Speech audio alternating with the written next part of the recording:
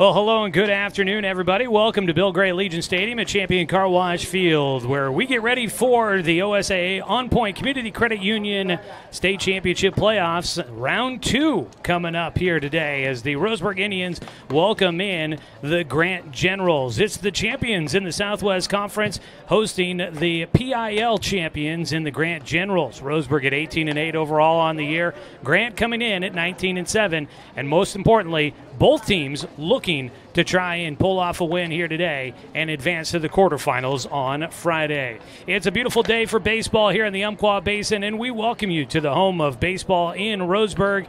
It's Champion Car Wash Field. Good afternoon, everybody. Joey Kieran here with you once again. Knight Uretsky will be joining us a little later on. He is wrapping up what is looking to be a thrilling finish between Roseburg and Forest Grove out at Roseburg High School in softball, and Roseburg looks like they just scored the go-ahead run in the bottom of the 6th inning in that matchup against Forest Grove. And if that's the case, that ball just landed inside the foul line down the third base left field side. I think there's probably a conversation going on whether that was fair or foul. But Roseburg battling back after getting no hit, it looked like, through the first 5 innings. The Roseburg softball team looks to have rallied back, and it looks like they're adding some more. They're trying to add a run here. The throw goes back to third base. It'll be a question whether back in time. Yeah, they decided to send the runner back to third instead of trying to score. Anyways, we'll get a full update on what's going on with the Roseburg softball team in their second-round matchup at home against Forest Grove as the day goes on. But our matchup here at Champion Car Wash Field should be a good one as well. The PIL champs, Grant, went 13-1 in league play. They have been big boppers this season. 9 home runs in their last 2 games. They're looking to try and bring those big bats to what is not a hitter's park. This is a pitcher's park. There's a lot of space out there to cover for the outfield. It keeps the ball in the yard. We'll see if that plays into Roseburg's hand here today. The Indians coming off of a nice win in their first-round matchup, 4-0 against Tigard here on Monday, looking to try and keep their momentum going. We've got plenty to get to here as we get our Roseburg Disposal pregame show underway. Let them make the run of the dump for you. Give them a call at 673-7122. We're going to take a break. When we come back, we will have a word with head coach Troy Thompson to preview today's matchup and kind of find out how things went for the team on Monday in that state championship first-round matchup. So we'll look forward to that conversation coming up here in a moment. If you're listening on the radio with us, want to remind you that today's game is streaming with video online at 541radio.com. You can find us there. We've got a triple header going on today. We've got softball already underway.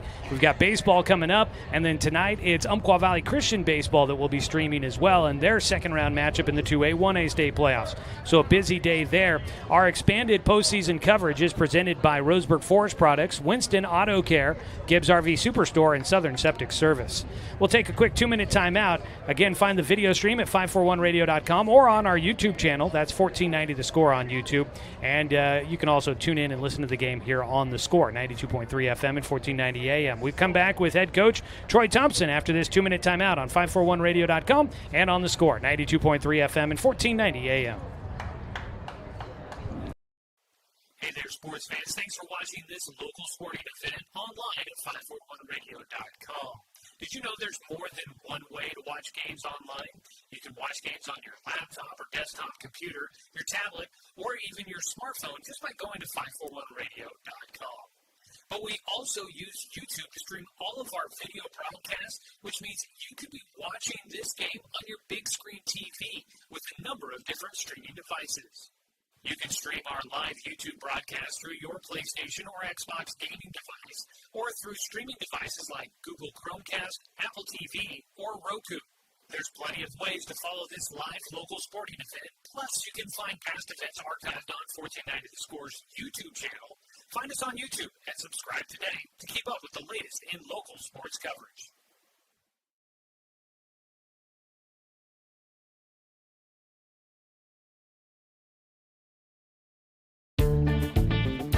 For over 100 years, Douglas County Farmers Co-op has been serving the needs of farmers, ranchers, and homeowners throughout Southern Oregon. Here, everyone is welcome.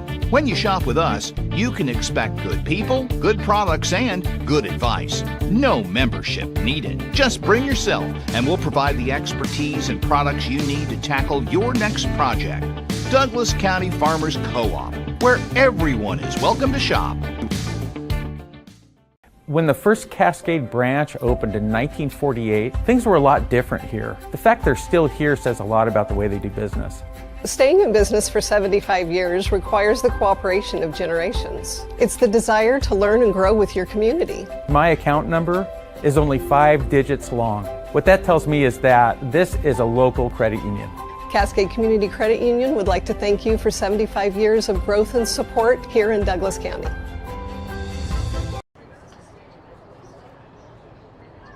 Back here with more of our Roseburg Disposal pregame show on the Score, 92.3 FM and 1490 AM, streaming with our video online at 541radio.com. Roseburg Disposal, let them make the run to the dump for you. Give them a call, 673-7122. Well, it's into the second round, a busy week if you can keep playing here in the OSAA state playoffs. And the Roseburg Indians welcome in the Grant Generals for a second round playoff matchup. Joining us now is head coach Troy Thompson. Coach, don't have to look too far back to reminisce a little bit about how things played out on Monday. A nice way to start out the postseason for you guys. Got another gem out of Jake Johnson on the mound. Came up with some timely hitting and were able to make it through. At this point, it's win in advance any way you can do it. How'd you guys feel coming away from what happened on Monday? Well, that's about exactly it. You know, play well enough to win on that particular day and give yourself a chance to play again another day. And that's always our goal in the playoffs, and it came through for us on Monday. Like you said, Jake threw very well. Obviously, when you don't give up a run, you give yourself a chance to win a ball game there. So he was very sharp and in command, like he has been his last several starts throughout the regular season and into the playoffs there on round one.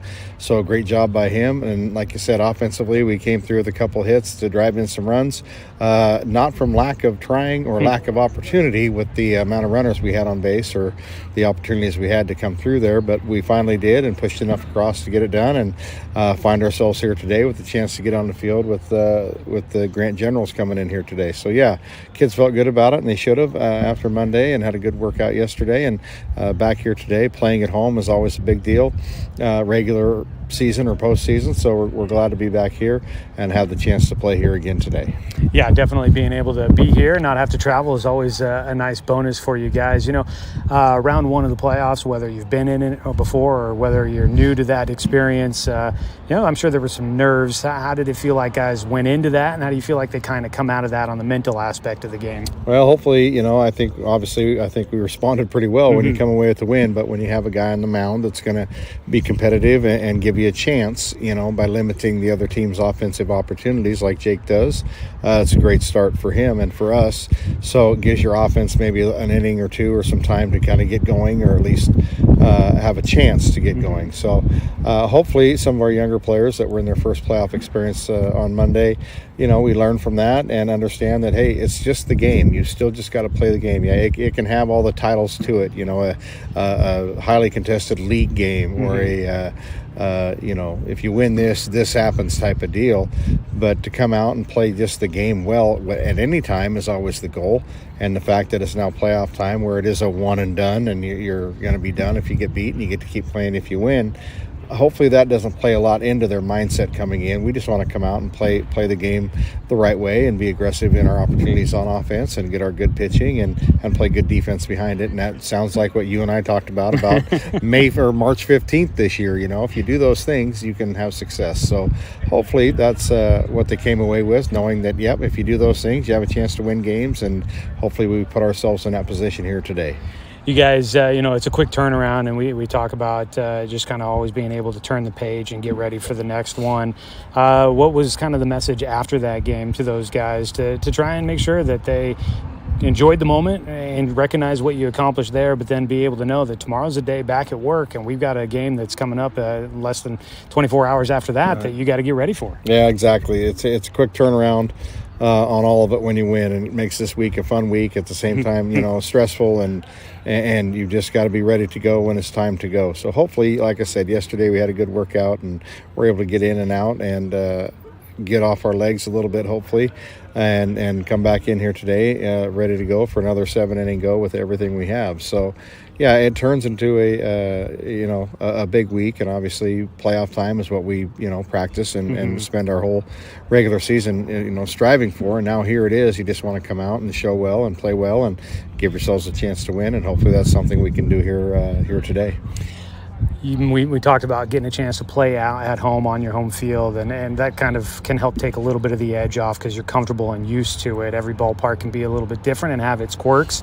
I'm kind of curious maybe if you hear anything or what you might hear from opposing teams maybe after a game is done about playing here at this ballpark and what that experience is like. And for a team like Grant that, there's usually a lot of normal names, obviously league opponents and non-league teams that we're used to seeing here that maybe have some experience with what this place is like. But for a team like Grant that I didn't find any recent history against them, this will be a completely new experience and a completely new place for most of those guys over there. Right, yeah, and you never know coming in how that can affect or will affect or has no effect on anybody. But, the teams that come in here to play regular season or preseason or certainly in the playoffs, they always say the same thing. What a beautiful park and what a great surface and with the turf. And, they're always impressed with the work that has gone into creating this facility here. And that's something that we at Roseburg High School are appreciative of every day and don't take it for granted because it's not like this everywhere. And we're fortunate to be able to get on here and, to have the hitting facility and have people that support us and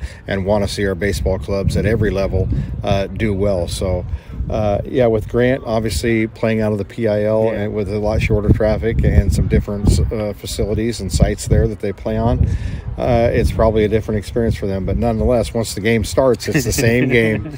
And I'm sure, they've had a very successful year, another league title for them, and won their playoff game on Monday. And they do a great job and have for years there. We just haven't been on the field with them since about 2002 maybe would be my latest or my last recollection of that. When we saw them in the playoffs, we went up to Grant and played that particular year.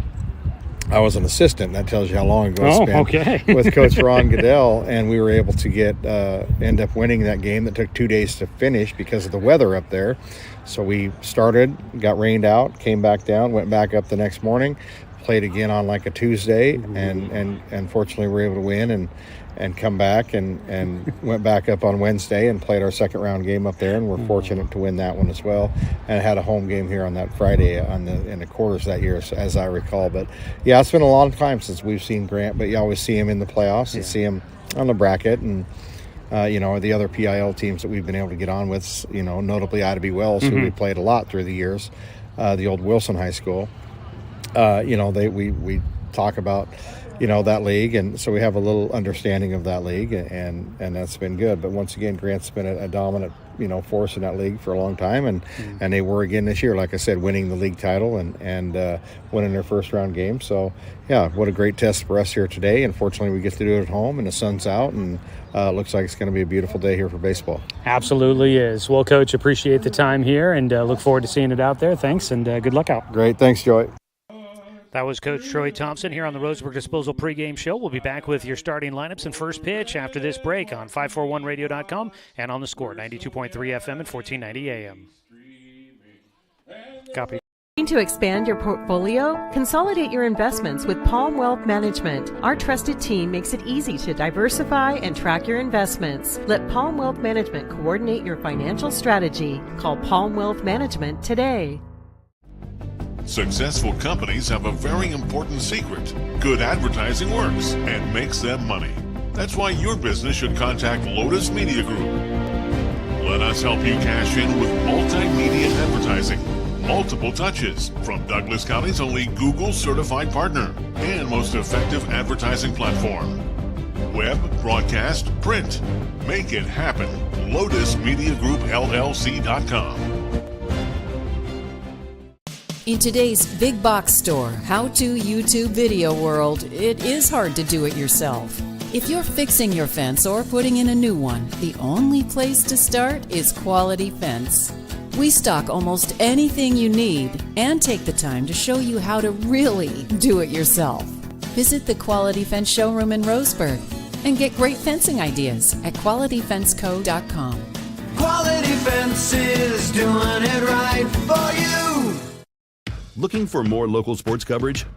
CBS Sports Radio 1490 The Score has you covered. Check out our homepage at 541radio.com for sports stories, scores, and podcasts. And follow us on social media. 1490 The Score is on Twitter, Facebook, and Instagram. And take the station with you wherever you go with the 541 Radio app. Download the app in your smartphone's app store and get access to a live stream of the station, sports stories, podcasts, and easy messaging with the station and others. When it comes to finances, it can be hard to know what's in your best interest. Experience the strength of advice at Palm Wealth Management. From education and estate planning to retirement and the unexpected, we can help. Call Palm Wealth Management. Welcome you back here to Champion Car Wash Field in Roseburg. We wrap up the Roseburg Disposal pregame show. Let them make the run of the dump for you. Give them a call at 673-7122. Let's introduce you to today's starting lineup for the visiting Grant Generals. Winners in the Portland Interscholastic League, the city champs at 19-7, led by head coach Matt Kobza in his 14th season as the head coach for the varsity team. Leading off is Brady McCarthy, the catcher, followed by Elliot Rayton, the DH. Caden Cruz, the third baseman, will bat third, followed by Diego Martinez-Griffin at first base. The shortstop will bat fifth. That's Grant Snido. Luke Karen is the second baseman, batting sixth. Trey Hofert in right field is batting seventh. Rafferty Crookshank is in left field batting eighth, and Martin Elardo is in center field, and he'll round out the starting nine. The DH being utilized for starting pitcher Jinky Tomita, as that is a look at your starting lineup for the Generals. Defensively for Roseburg in this one, behind the plate is Amos Bowers. Out at first base, Jake Johnson. Caden Austin at second. On the left side of the diamond, it's Cal Robbins at third, and Paxton Burke at short. In the outfield from left to right, A.J. Black, Dane St. Clair, and Fletcher Coleman. They will look to try and support the starting pitcher in today's ball game. That is freshman right-hander Danner Wirtz. He comes in making his eighth start, his 11th appearance on the season. He's got a 5-3 record in 45 1/3 innings, and his first pitch is in for strike one. 2.93 ERA, 31 strikeouts, 15 walks on the year for Wirtz. His 0-1 pitch, a breaking ball just outside, a 1-1 count to the leadoff man, Brady McCarthy. 1-1 delivery. Outside with the fastball for Wirtz. Danner Wirtz, first year at the varsity level. He's had some big performances with the bat, on the mound. He's done a little bit of everything. Gets a fly ball, pop up, foul territory. Back in front of the dugout, unable to get there as that ball ends up in the netting. It's Amos Bowers, the catcher, and Cal Robbins, the third baseman.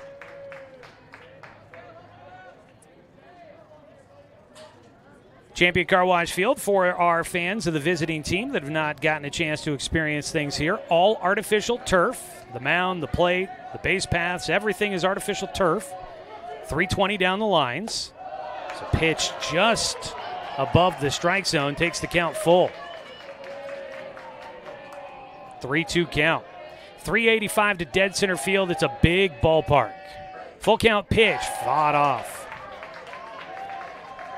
So I think the big question today has been, what's that going to mean for a team like Grant that has been a big bopping team, 9 home runs in their last 2 games.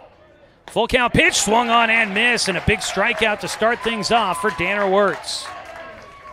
Got him with the breaking ball, 1 away. Brings up Elliot Rayton, the DH. Rayton bats from the right side of the plate. Face the righty. He gets around on a pitch. It's going to go down the line, but it just hooks foul. Boy, off the bat, that looked like it was going to be trouble. And he races to second base, unaware that that ball ended up in foul territory. Ends up in foul territory by about 6 feet or so. Wasn't drastically foul, but off the bat, I thought that was going to be trouble. Just curled into foul territory down the left field line. Rayton will make the trip down the middle of the diamond, back to home plate. 0-1 from Wirtz. Got him to swing and miss. And quickly an 0-2 count against the 2-hitter.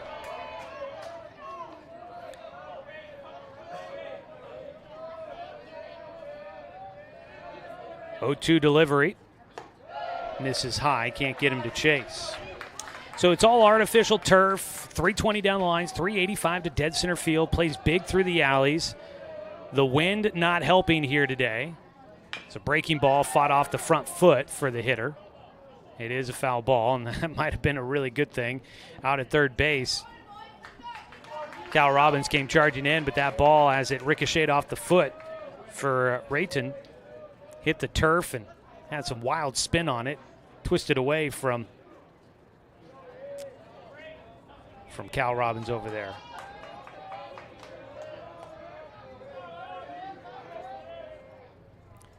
Oh-2 pitch. That one will get by and out into the left field corner. A double for Rayton. He gets in this time, not a foul ball. Will get into second base with a head-first slide. And there's the first hit of the ball game for the Generals. Man in scoring position with one away. So Elliot Rayton at second with Caden Cruz coming up to bat. Leads the team with 9 home runs. 21, Caden Cruz.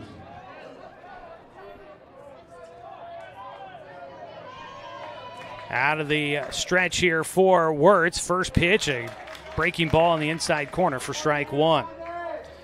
Caden Cruz, a Clark Community College commit for the senior, listed at 6'2".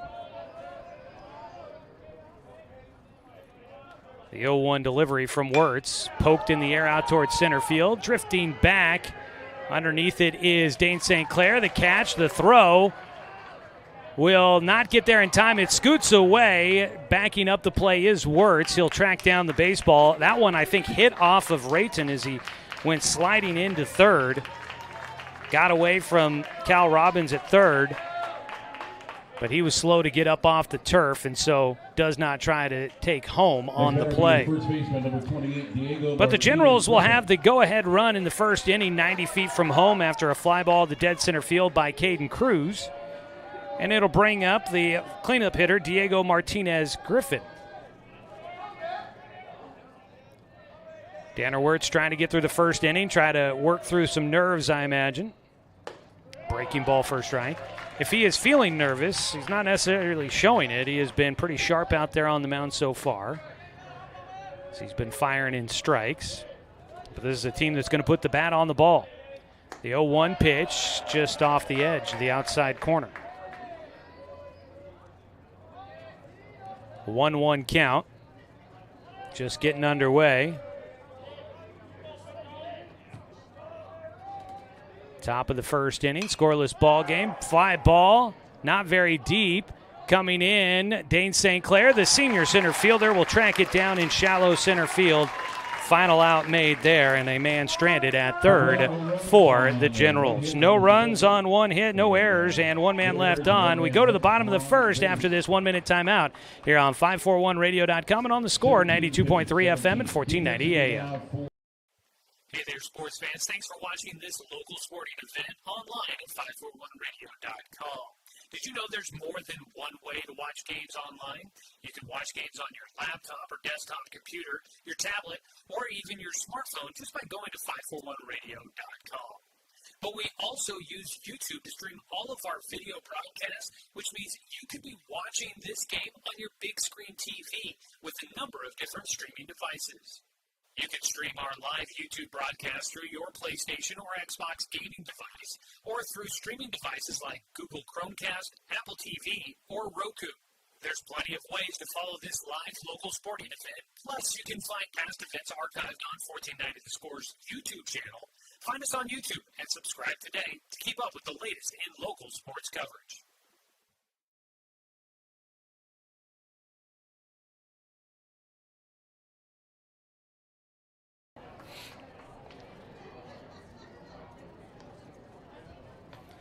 Bottom of the first in a scoreless ball game. Let's take a look at your starting nine for the Roseburg Indians, led by head coach Troy Thompson in his 23rd season, winning the Southwest Conference with a 12-6 record. They are 18-8 overall. Paxton Burke, the shortstop, will lead things off, followed by Dane St. Clair in center field. Cal Robbins, the third baseman, batting third. Jake Johnson at first base will bat cleanup. Luke Robbins, the DH, will bat in the 5 spot, hitting for Fletcher Coleman, the right fielder.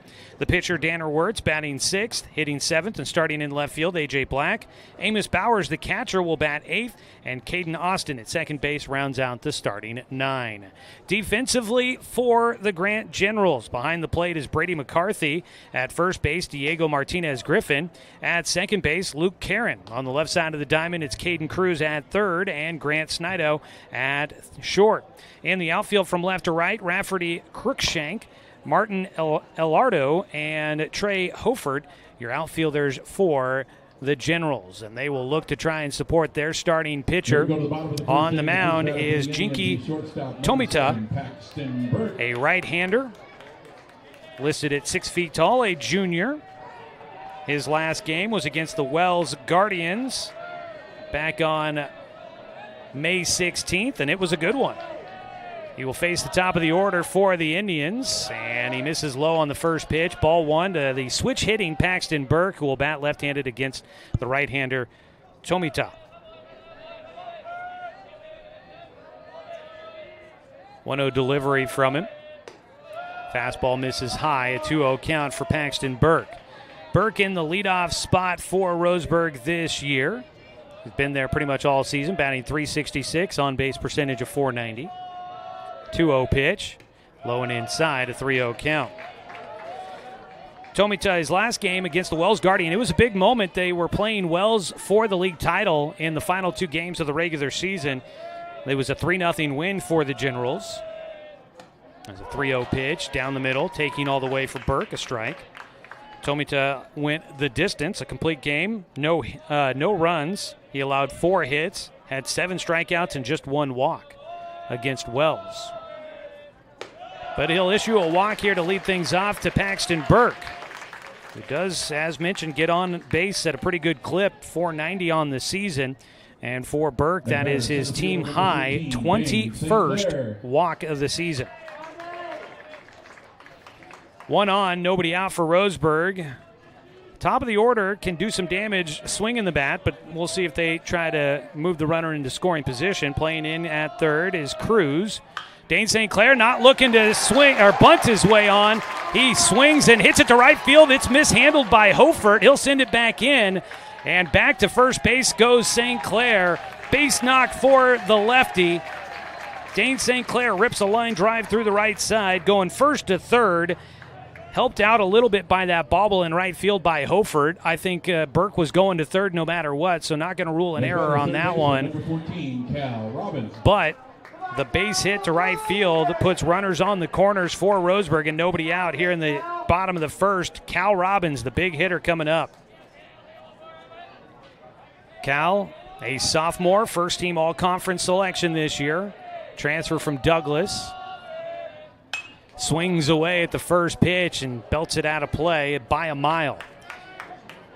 The interesting stat when you look at Cal Robbins, more extra base hits than singles this year, including 4 home runs, one of them coming here at Champion Car Wash Field. He's got the 0-1 count from Tomita. Swings through a breaking ball for strike 2, out in front of it. Cal Robbins was 1 for 4 on Monday against Tigard. Had a ground rule double that hit off the turf and bounced over the fence out in right center. 0-2 pitch, bounces, gets away. Coming in to score, standing up, will be Burke. And St. Clair looking for 2 bags out of the wild pitch. He'll get to third.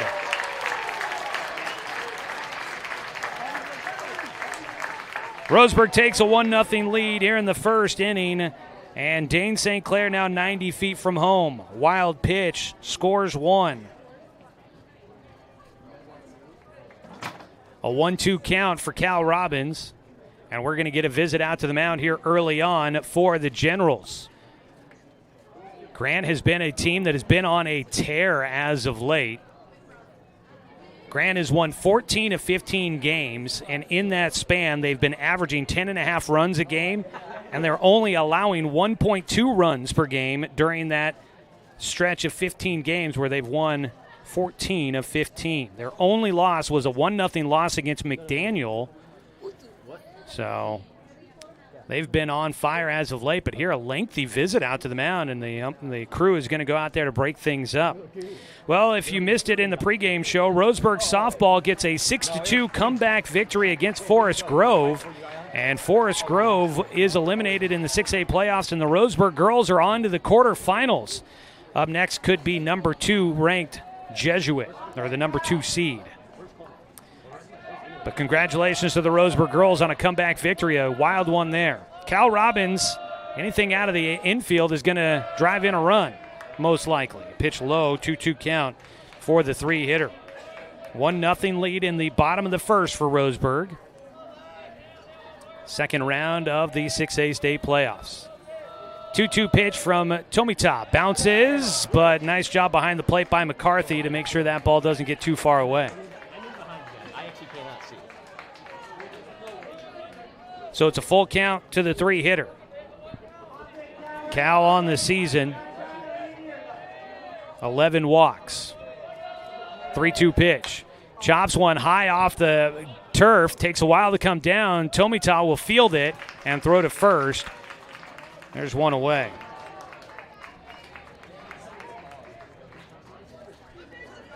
First base coach Tim Sester seemed unhappy that Dane St. Clair didn't try to test running home on that ball in the infield.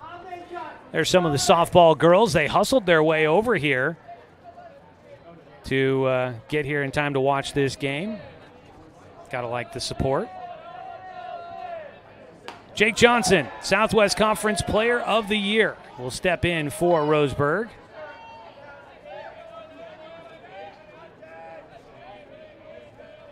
Takes the first pitch for ball 1.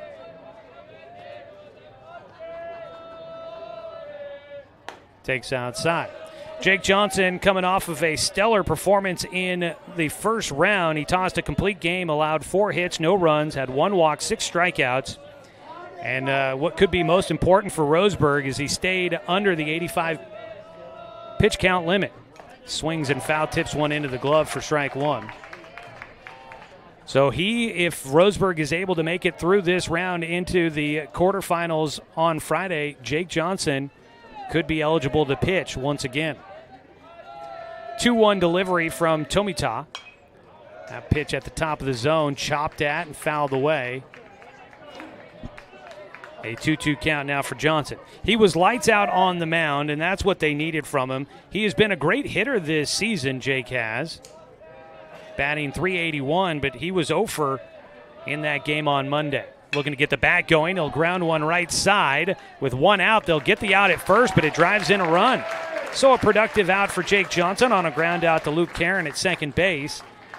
And Roseburg will take a 2-0 lead on top of the visiting Grant Generals. Dane St. Clair coming in to score. Brings up Luke Robbins with nobody on base and 2 down. Luke trying to get a rally started.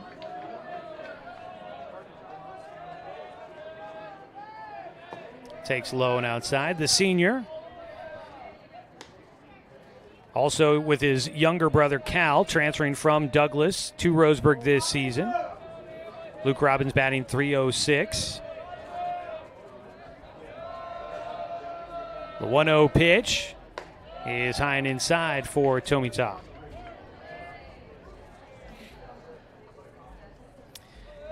A little bit of a breezy day here. I was telling you the wind will not help hitters out today. It's right now blowing in from center field. It was blowing in from left earlier. There's a swing through, got a piece of it, foul tipped it into the glove for strike 1. And the wind out there in center field blowing around our camera just a little bit out that direction.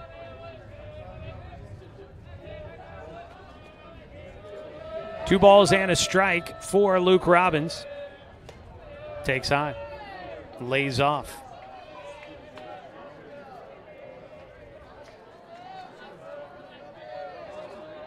2 outs, nobody on base, a 3-1 count right now for Luke Robbins.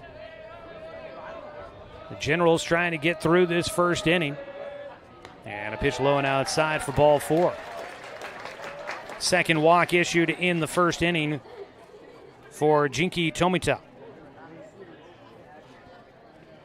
And already one pitching mound visit for the Generals. So out to the mound goes the catcher, Brady McCarthy. He'll head out there for a quick conversation on his own. And this is kind of the way you want to draw this up here for Roseburg. They're able to get some confidence early with a young pitcher on the mound for them, get their bats going early, and maybe kind of send some shakes down the spine for Jinky Tomita and shake his confidence a little bit in a road playoff game. This is where the pressure is the toughest, and if you can be the team that strikes first, that's usually pretty good. And Danner Wirtz down the right field line. It's fair into the corner. Extra bases for the big freshman. It rattles around. Hofer tracking it down. Robbins heading around, heading for the plate. The throw, not in time. Going for 3. Wirtz dives in. He's late, but he will drive in the third run here in the first inning. And Danner Wirtz almost with a triple. That would have been his first of the season. He's got 3 doubles. Probably should have held up there, but he does drive in the third run of the first inning for Roseburg on a double down the right field line. Roseburg gets on the board early, and they are able to take a 3-0 lead to the second inning. 3 runs on 2 hits. There were no errors and no runners left on base. Go to the top of the second inning. The Generals coming back up to bat, trailing by 3 here on 541radio.com and on the Score, 92.3 FM and 1490 AM.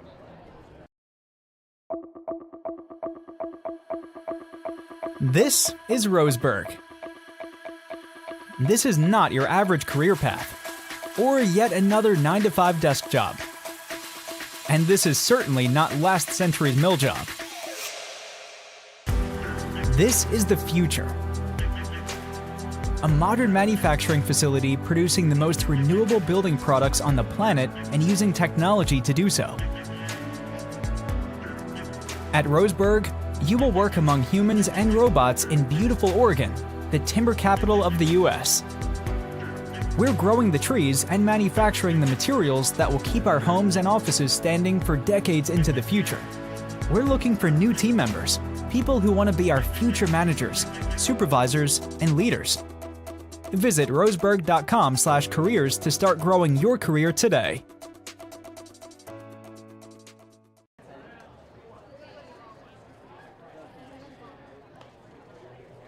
Our expanded postseason coverage of Roseburg baseball presented by Roseburg Forest Products. Since 1936, Roseburg Forest Products has been a highly respected industry leader known for its commitment to its customers, its employees, and the environment. Roseburg Forest Products, making lives better from the ground up. I don't know if they let Danner Wirtz try to catch his breath. Danner trying to get 3 bases on that ball down the right field line. That was a long way for the big guy to run. Now he's got to try to throw some strikes, and he misses just a bit high for ball 1 to the first batter here in the second for Grant Snido. He swings through the 1-0 pitch for strike 1. What a hit for Danner Wirtz. His 4th double of the season. Tried to stretch it to a triple and was thrown out at third. Ground ball towards third base. A nice long hop for Cal Robbins. He throws to first. Hanging on to the baseball is Jake Johnson, and Jake gets collided with by Grant Snido, and he comes up limping around a little bit. That would definitely be concerning. Jake's walking it off over there, though. Nobody comes out to take a look at him. Seems like he's going to be all right. Well, he's got his glove off stretching out over there, and they're still giving him a look that direction. Both teams have arms thrown in the bullpen right now, by the way. Kind of figured they'd have a short leash on Danner just kind of based on how things go for him, and have Riley Cheney, who has been a regular starter for Roseburg throughout the season, ready to come out of the bullpen, and he is the guy loosening up. 1 away, nobody on base. Breaking ball for a strike for Danner to Luke Karen. 1 out. Luke Karen, the second baseman, 0-1 count. Swing and a miss. Strike two. Playoffs, man, it is all a chess match about who's got the arms at the right time. I mean, bats can do it for you, but, man, if you've got some arms. Swing and a miss at a pitch outside. Throw down to first base by Bowers for the putout. 2 away, second strikeout in the game for Danner Wirtz. And it's Trey Hofert, the right fielder. Next batter, right fielder number 4, Trey Hofert. And that's why keeping Jake at that under 85 pitches in that first-round game was huge for Roseburg, just to be able to bring back your ace. Hofert takes a swing at the first pitch, and it's a can of corn to center field, waiting for this one to come down. He had enough time to cook up a can of corn out there. Dane St. Clair makes the catch for the final out. It's a 1-2-3, and he did that for Danner. He can go to the dugout and catch his breath now after his long base hit in the first inning. Wirtz comes out, gets a 1-2-3 inning. No runs, no hits, no errors, and nobody left on base. To the bottom of the second we go. It is 3-0 Roseburg in front here on 541radio.com and on the Score, 92.3 FM and 1490 AM. My wife and I moved to Oregon to raise a family, set our roots, and to have a lot of fun outdoors. We quickly realized that we needed a truck or a rig for the projects that we were doing in our backyard.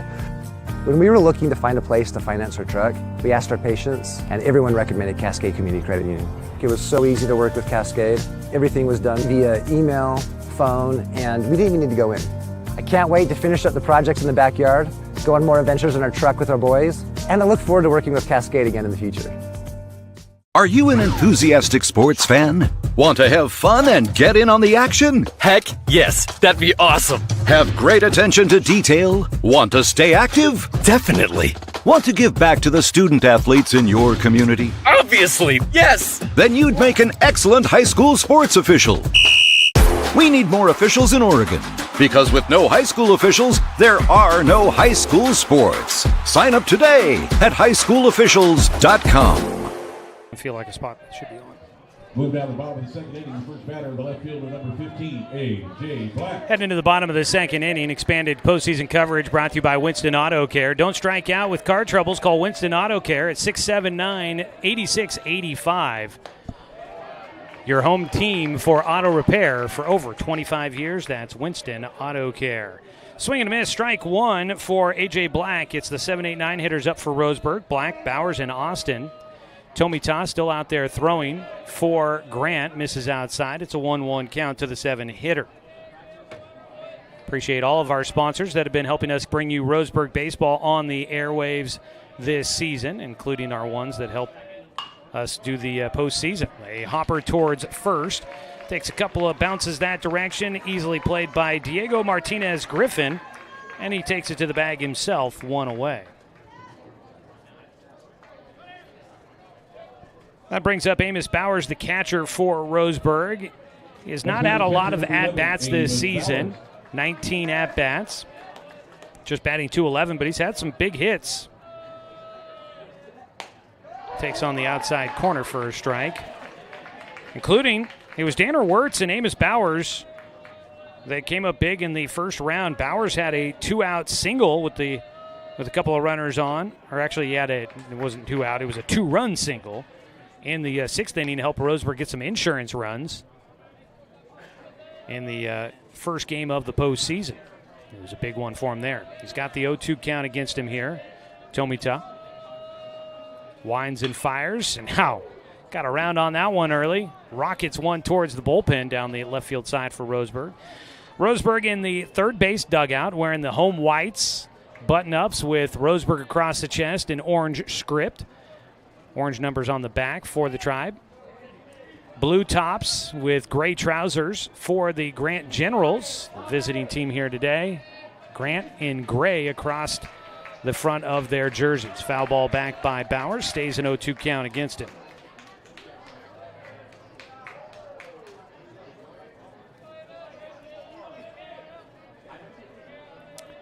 Three 3-0 lead for Roseburg here in the bottom of the second. Reaching, Bowers fouls it off, stays alive. Pokes that one out of play. Got a little fooled on the pitch, but was able to make contact and stay alive at the dish. The 0-2 pitch from Tomita. That ball hit right side. Hofer, long run towards the line. That ball in fair territory, makes the catch right at the foul line. 2 away. Hofer's had quite a few balls hit his direction already. Had the double by Danner Wirtz that he had to chase into the corner. And Dane St. Clair had a ball hit right side as well. Out to Hofer. 2 down. Up to bat next for Roseburg will be the 9-hitter Caden Austin, trying to send it back around to the top of the order. 1-0 count to start out for him. Pitch low and outside. Today's ball game on the radio here in Douglas County on 92.3 FM and 1490 AM. Also streaming with our video coverage online at 541radio.com. And on our YouTube channel, 1490 The Score on YouTube. You can find us there, hit the subscribe button, and follow Roseburg High Sports. 1-1 count after a foul ball for Caden Austin. Our coverage is brought to you by Barnes Heating and Cooling, your complete energy company. Visit barnesheatingandcooling.com or call them at 541-459-1545. 1-1 from Tomita, fouled off by Austin.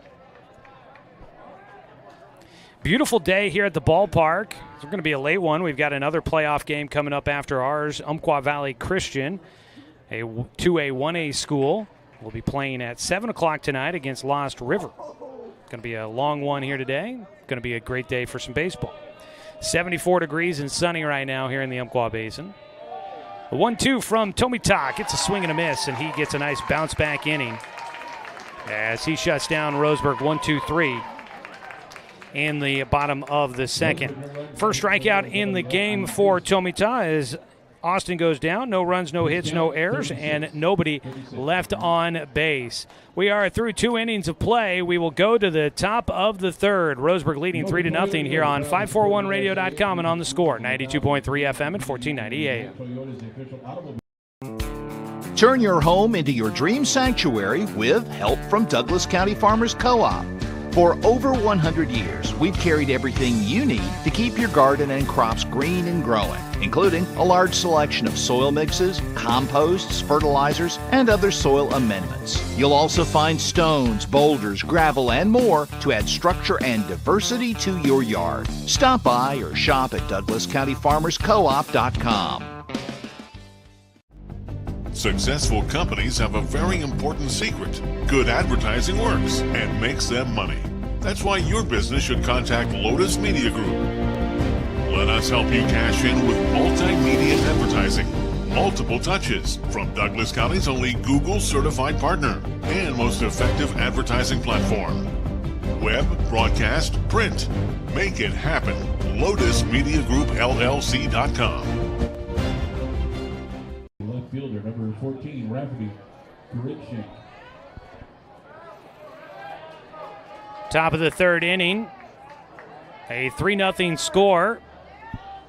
Roseburg in front. The home team in the second round of the state playoffs takes the early advantage. Danner Wirtz continues to throw strikes. Starts off with a pitch at the knees on the outer half to Rafferty Cruikshank.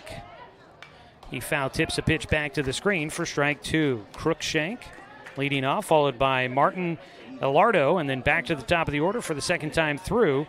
Brady McCarthy waits in the hole. It's an 0-2 count. Wirtz out of the stretch. That ball inside. And did they say it was a foul ball or a check swing, strike 3? The ball got by. Bowers goes to get it, applies a tag. The umpiring crew is going to get together. I thought it had hit off the end of the nub of the bat or off of his hands on a check swing. And it's going to be called a foul ball. So we all get together on what seemed to be the most likely spot there. We'll get a chance at a legal ID here in just a moment. Just a heads up back to the studio. Still an 0-2 count for Rafferty Cruikshank. Leadoff man in the third for the Generals. Wirtz, breaking ball, got him to reach, pokes it away. Let's pause 10 seconds for station identification. This is Roseburg Baseball here on The Score.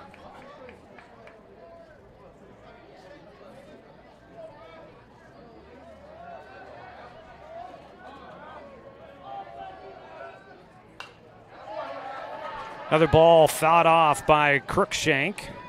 Stays an 0-2 count.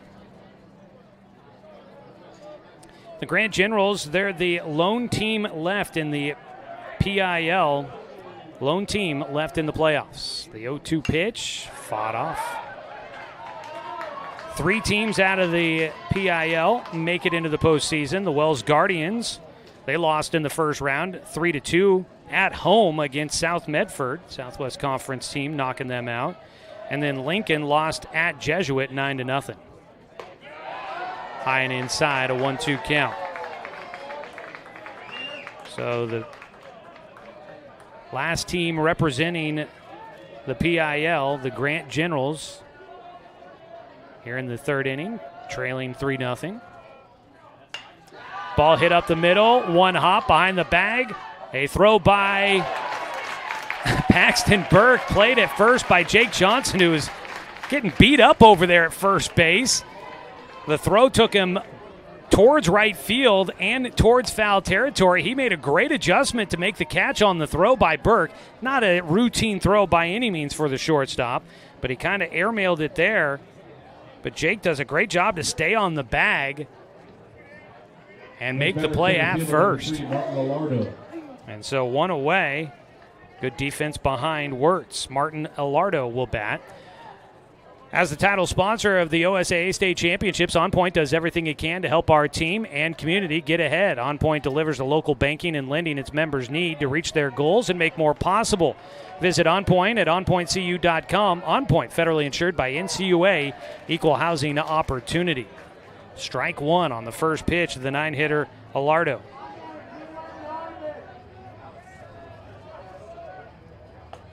Another one right down the middle.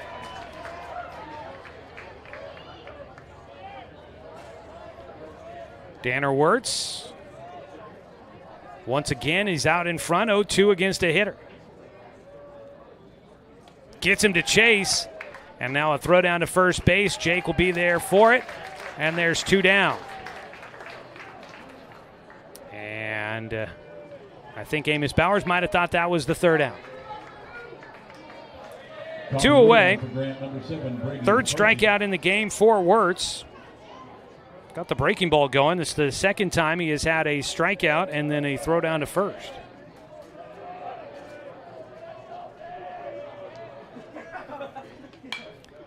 First pitch fought off by the leadoff man Brady McCarthy, who was a strikeout victim in the first inning.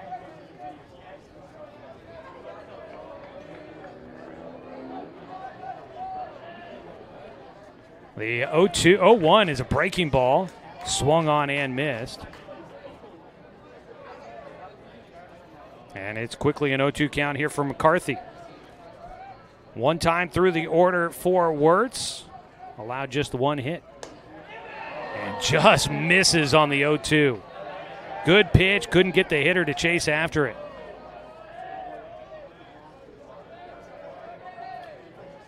Wirtz will have to throw another one at least here. The 1-2. Breaking ball, swung on and missed, strike 3, and that will do it. Roseburg will celebrate another 1-2-3 inning with a pair of strikeouts for Danner Wirtz, the freshman on the mound. He's got him through 3 innings, and he has got his team right now pitching a shutout, leading 3-0.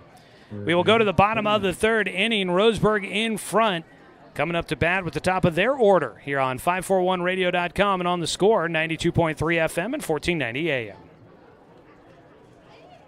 Quality Fences, doing it right for you. Just ask your neighbor. They reflect a style as unique as you are. They make first impressions. They provide space, add lasting beauty, and security. Quality is a reflection of who you are. That's why all your fencing projects begin here. Quality Fences, doing it right for you. What rhymes with great? Participate. Where does greatness start? Here, in the classroom. On the stage. In the pool. On the field. Where will your greatness take you? To better grades. To more friends. Yeah! Be great. Participate!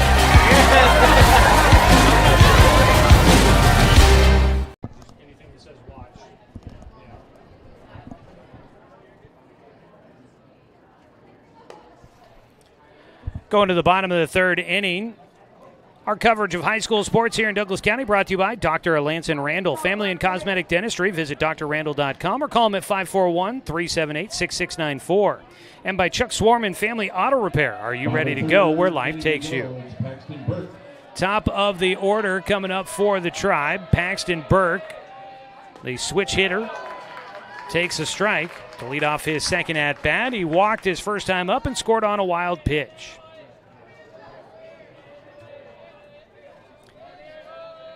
The 0-1 pitch fouled off. On the mound, continuing to work, Jinky Tomita. Retired the side in order in the second, looking to keep his streak going. On the other side, 8 consecutive outs recorded for Danner Wirtz against Grants. A ground ball towards short, backhanded, up throwing across the diamond. Will get it there in time. Grant Snido fields it cleanly and makes the play for the first out in the bottom of the third. Dane St. Clair, he had a rip to right field, a hot shot through the infield on his first at-bat. He would come around to score the second run of the game for the Tribe. Takes high and away from Tomita. Did have an arm warming up in the bullpen for Grant. I didn't catch his number while he was out there, so I can't tell you who it was, but they might have a guy ready to go if need be. Breaking ball hits the outside corner to the left-handed hitting Dane St. Clair. Dane, second team all-conference this year, was a first-teamer all-league last year, batting .274 this season, coming into today's matchup. 1-1 pitch. Popped this one up on the infield, calling for it the third baseman, Caden Cruz. And there's 2 away. Batters number 14, Cal Robbins. Caden Cruz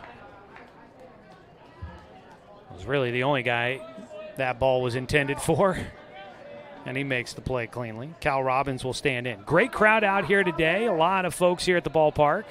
Nice to see. It seems like some folks trickling in after watching the softball game earlier over at Roseburg High School. Really been cool to see that we've had a couple of back-to-back home games back on Monday, here on Wednesday. Roseburg getting to host a couple of games. Pitch high, 2-0. After today, though, presumably softball will be on the road, and most likely the same for baseball as well if Roseburg were to win in this matchup. 2-0 count to Cal Robbins. Tomita challenges him with look like a fastball in the outer half.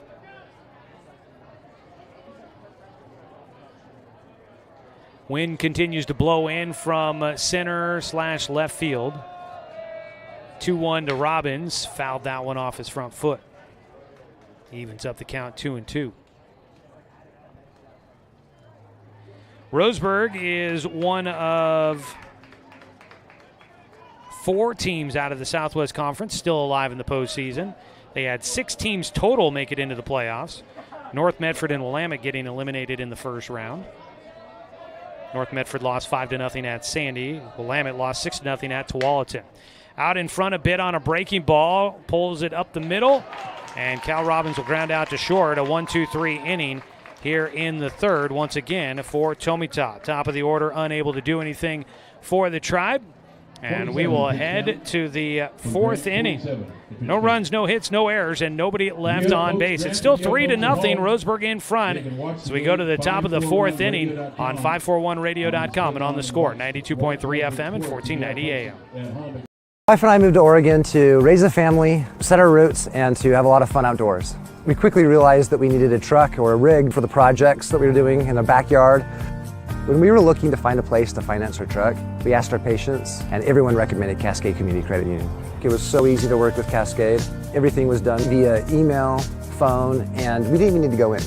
I can't wait to finish up the projects in the backyard, go on more adventures in our truck with our boys, and I look forward to working with Cascade again in the future.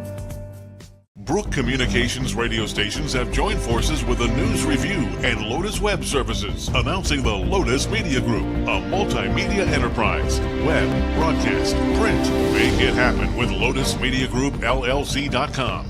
Financial security allows you the freedom to take stock of what's important and build lasting bonds. We share your goals. Trust Palm Wealth Management to consolidate your investments and generate income for those who need you most. Call Palm Wealth Management today.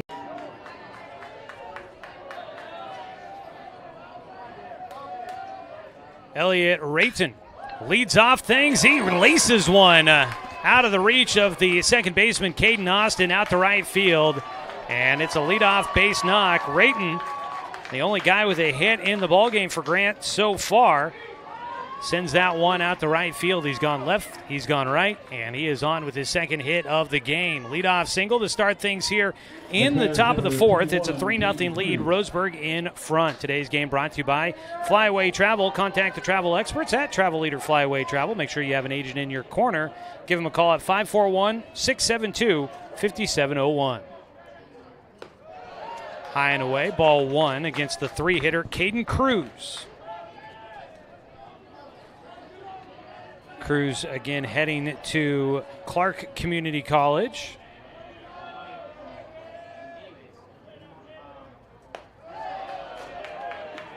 Another pitch misses, a 2-0 count now for the three-hitter Cruz.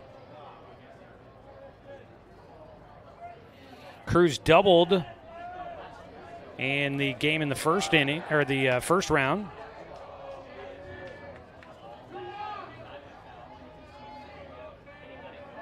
Also pitched in the seventh inning of that one to close out that 6-0 win over Forest Grove. Takes a 2-0 pitch a little high for a 3-0 count. 6-0. Grant hit quite a few home runs in that ball game. 3-0 pitch, hits the corner for a strike. 4 home runs total in that one. Diego Martinez Griffin had one. Snidow had one. Trey Hofert had a home run. Pickoff throw to first. Not in time.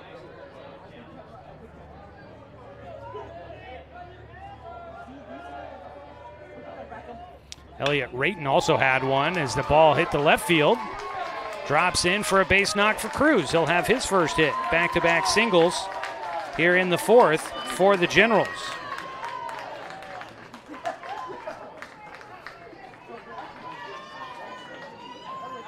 So the second time through the order, the heart of the lineup. A little bit better swinging than the first time against Danner Wirtz. Diego Martinez Griffin is the scheduled hitter here, but we've got the head coach, Matt Kabza. He's there talking with the umpire, the home plate umpire. And it is Martinez. We're going to get a new runner at first base. Running at first base is going to be Calvin Cowing. So that is a pinch runner, not a courtesy runner, because you can't courtesy run for the third baseman. Breaking ball outside, ball one to the cleanup hitter, Diego Martinez Griffin. Mentioned he had a 2-run homer in the first inning of that 6-0 win against Forest Grove. He's headed to Columbia Basin Community College.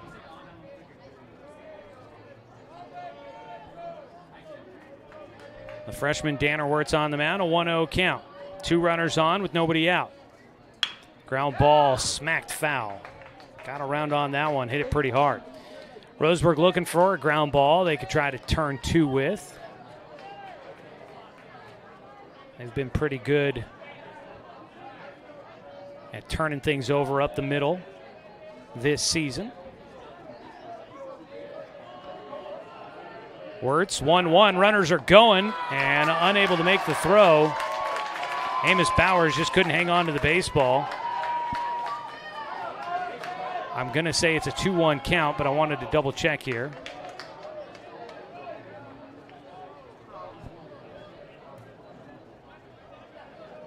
So double steal puts 2 runners in scoring position. It's a 3-0 lead for Roseburg, and it is a 2-1 count. But Grant is threatening.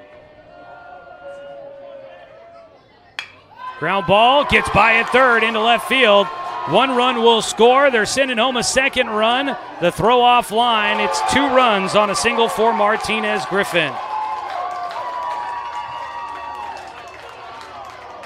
3 straight singles.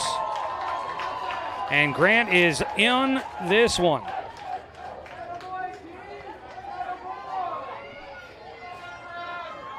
They'll put 2 on the board.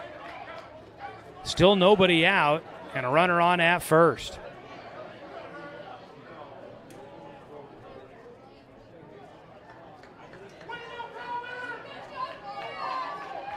And that'll prompt a visit out to the mound for pitching coach Steve Patterson. Deer style, efficiency, and performance. Glad we're on the same team this season and every season. Let's keep huddling up and going for it. Toyota, let's go places.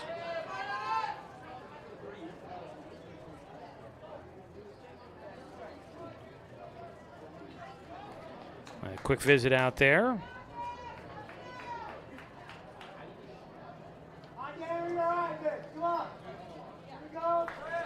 Three to 2 now the score as the Generals have gotten back into this one. 3 straight singles from the heart of the order here. We knew this team could hit. Coming into it, we knew Grant was a team that you're not going to get to swing and miss a whole lot, I wouldn't imagine. Grant Snido will stand in, looking to keep it going. He grounded out to third his first time up, and he takes a breaking ball low for ball 1. Credit the Generals for not succumbing to the pressure after giving up 3 runs in the first inning. They've stayed in this ballgame, battled their way back. Starting pitcher Jinky Tomita was able to settle in after a bit of a shaky start to the ballgame. Danner Wirtz, meanwhile, started strong, getting a little shaky here. Swing and a miss. 1-1 count for Snido. Snido, a sophomore.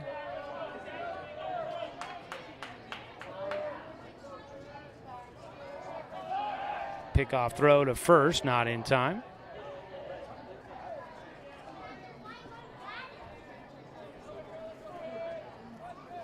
The winner of this one moves on to face the winner of Sheldon and South Salem in the quarterfinals on Friday.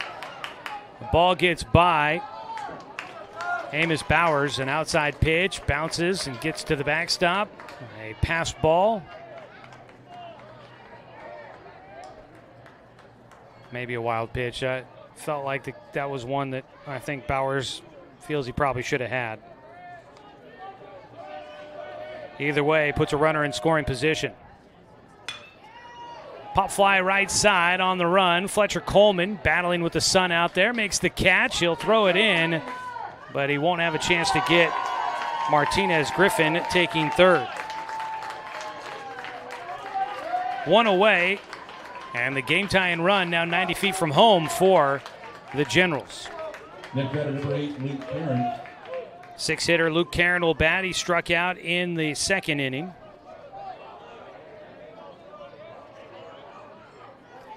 Happy that a lot of folks seemingly have found our broadcast here today. It's great to have you all with us. Great to be able to bring you today's ball game in the postseason. Breaking ball just off the outside corner for Wirtz.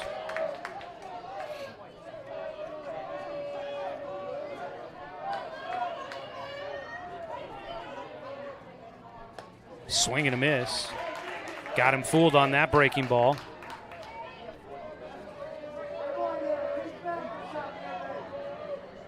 evens up the count. 1 ball, 1 strike. Strikeout would be huge here for Wirtz. The infield is playing in, looking to cut the run off at the plate if they could.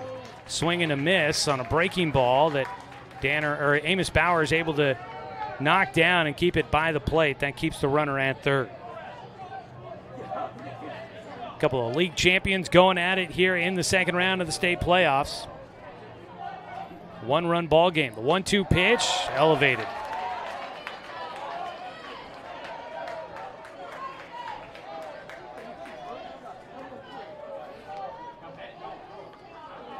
Two-two delivery for Wirtz. Swing and a miss and a big strikeout. Throw down to first base. They will get the runner there. Second time they've had to throw to first to get Luke Karen. His second strikeout. That is the 5th punch-out in the ballgame for Danner Wirtz, and that's a big one. Trey Hofert will bat.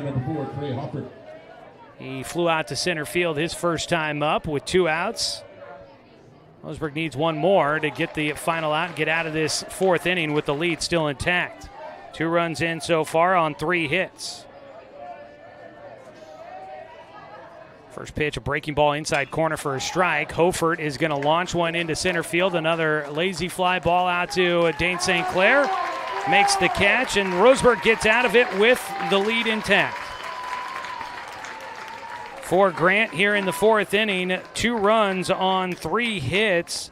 There were no Roseburg errors and 1 runner left on base. It's 3-2 as we head to the bottom of the 4th inning on 541radio.com and on the Score, 92.3 FM and 1490 AM.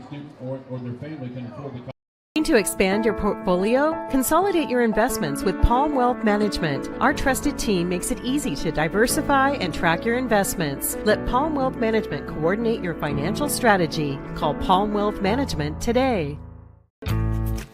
At Douglas County Farmers Co-op, we want your 4-legged friends to be healthy and happy. That's why we stock a carefully curated selection of pet, equine, and livestock supplies. From the premium foods your pets crave to grooming and show supplies that help you shine in the show ring, you'll find it at Douglas County Farmers Co-op. Our knowledgeable staff are here to help with those tough pet and livestock care questions. Stop by or shop at DouglasCountyFarmersCoop.com.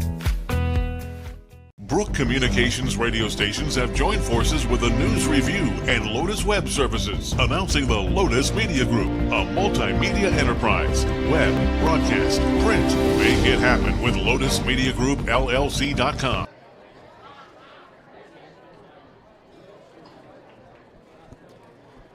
Our expanded playoff coverage brought to you by Gibbs RV Superstore. You got to get to Gibbs. And by Southern Septic Service.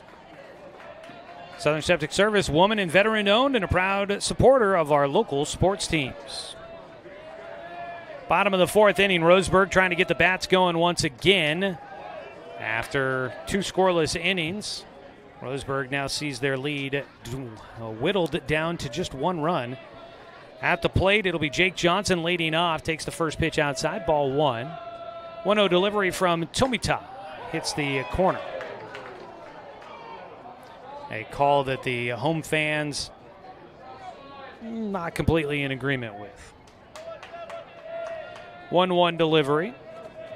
Tomita toes the first base side of the rubber, fires low and gets a swing and a miss out of Johnson.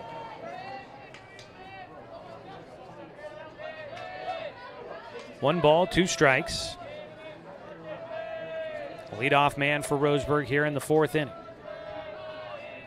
Jake Johnson, a ground out to second his first time up. It's a ball off the backstop, goes right back to the catcher. How about that? 2-2. Jake grounded out to second his first time up, but that did bring in a run for the Indians. The 2-2 from Tomita. Outside. Jake still working on his college decision where he wants to go play ball next year, but he does have some interested candidates, so it'll be interesting to see where he settles in at. 3-2 pitch. Hits one right side. That ball drifts into foul territory. Likely starting out at a community college. level and see where things take him from there. 3-2 pitch. Johnson takes ball 4. Tomita had not issued a walk since the first inning. That's when Roseburg scored 3 times after a leadoff walk. Let's see if they can repeat that here in the 4th. 1 on, nobody out. Luke Robbins will bat. He also walked in that first inning. 18, Luke Robbins. For Roseburg fans, especially fans of the softball team, this will be of note. Jesuit leading Aloha 2-0 at the end of the first inning. In that playoff game, Roseburg will face the winner of that matchup. Soft toss over to first base to check on Jake. He's back in safely. A lot of playoff games getting started around the same time as us here, 4:35. Squaring to bunt, Robbins will take high. 1-0 count to start. So if we can get some scores to pass along throughout today's broadcast, we'll try to do so.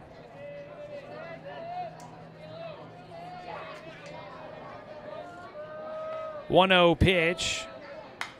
Swinging away this time. Luke fouls it off. The winner of this matchup goes on to face Sheldon and South Salem in the quarterfinals on Friday. If South Salem is the winner in that matchup, whoever wins this one between Roseburg and Grant, they'll be traveling. South Salem is the number 1 seed in the playoff. 1-1 pitch, showing a bunt, and pulls it back and takes for a 2-1 count. Luke Robbins ahead in the at-bat. At first base, Jake Johnson, 4 stolen bases. Don't think at this point in time with nobody out that they're necessarily looking to be overly aggressive. Robbins will show a bunt again, and he takes high, a 3-1 count. Luke Robbins, one of 2 guys on the baseball team that are going to be playing college football next year, or be on a college football roster at least. College of the Siskiyous calling Luke Robbins next year. Shows the bunt on the 3-1. It's low, and that's ball 4. Back-to-back walks here in the 4th inning for Tomita. Puts runners at first and second, and we get a visit out to the mound. Hey, you can stay connected to your favorite team with the OSAA Live mobile app. OSAA Live features the latest scores, schedules, and rankings for all teams and leagues across Oregon. Access OSAA state championship programs, read the latest prep news and information. Search OSAA Live in the App Store or on Google Play to download today. I want to say thanks to our sponsors that help make our coverage of local sports on the radio possible, like Fisher's Hearth and Home, serving Douglas County for over 30 years with the largest selection of wood, gas, pellet, and electric stoves and fireplaces in the area. And by DC Farmers Co-op, where everyone's welcome to shop. And, of course, Cascade Community Credit Union belong to Douglas County. If Roseburg does win this matchup, we will be there to cover them in the quarterfinals for you. And once we get to the postseason, video streaming is not a guarantee for us. We would have to wait to find out, especially when we're on the road. That's when it really starts to get a little curious. So no guarantees, but what we know we can do, even if Roseburg was on the road next round, if they hold on to win this one, we know that we can do the radio broadcast. So that at least will be what we're doing on Friday if Roseburg is a winner here today. Showing a bunt, Danner Wirtz tries to put it down, and it goes foul, third base side, strike 1. First baseman Martinez Griffin came charging in from first. At third base, Caden Cruz was about a third of the way in, but was quickly looking to retreat back to the bag with runners at first and second. Nobody out. They pick off throw to second. Back in safely does go Johnson.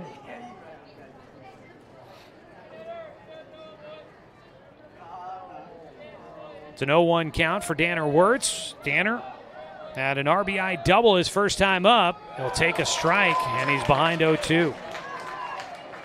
He had an RBI double down the right field line his first time up.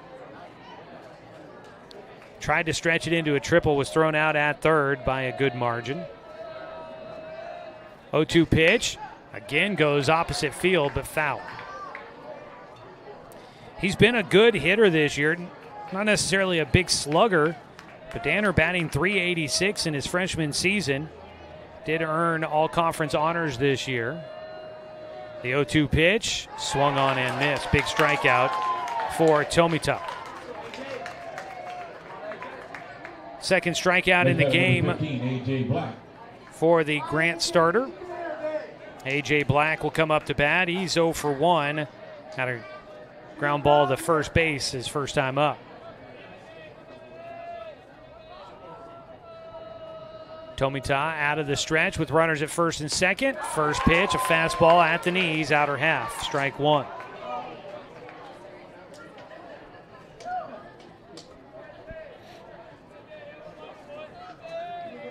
Crowd continues to filter in this one now that we've gotten into the 5 o'clock hour. Folks getting off of work.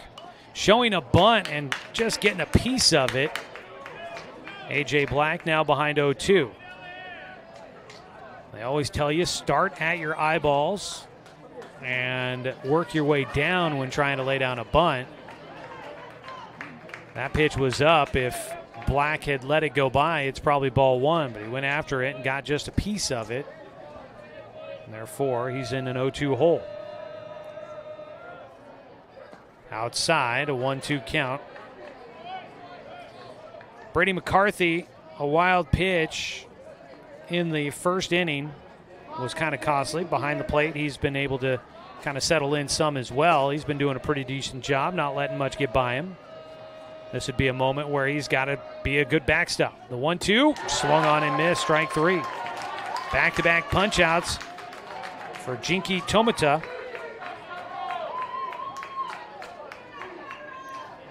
Needed those. He's got two down. It'll be Amos Bowers trying to see if he can come up with a clutch hit for Roseburg to try and extend this one back out. Leading 3-2 in the bottom of the fourth. A couple of runs in the top of the fourth inning for Grant. Tighten this one up.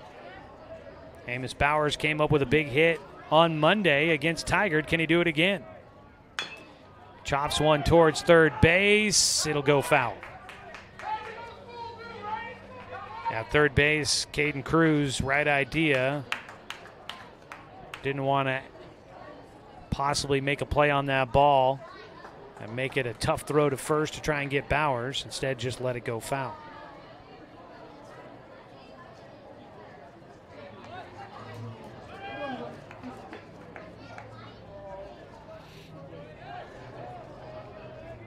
Oh, 1 count.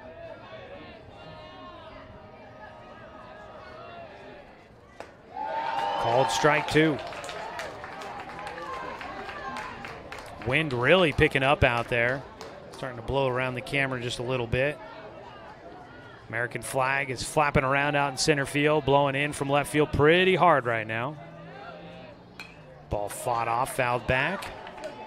And Bowers, who was a tough out the first time around, fought off a few pitches, looking to try and dig in and battle his way back in this one again. In the bottom of the fourth right now, back-to-back walks to lead off the frame. Roseburg got a couple of runners on, but so far, Jinky Tomita has been able to avoid any damage from the free passes. His 0-2 pitch to Bowers, swung on and missed.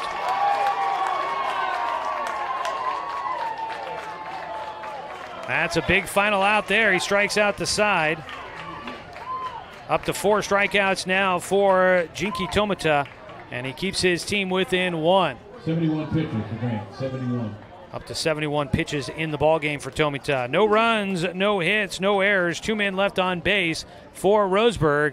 We head to the top of the fifth. It's a 1-run ballgame, 3-2. Indians in front of the Grant Generals here on 541radio.com and on the Score, 92.3 FM and 1490 AM.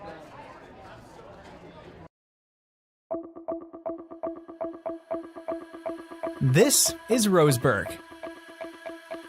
This is not your average career path, or yet another 9-to-5 desk job.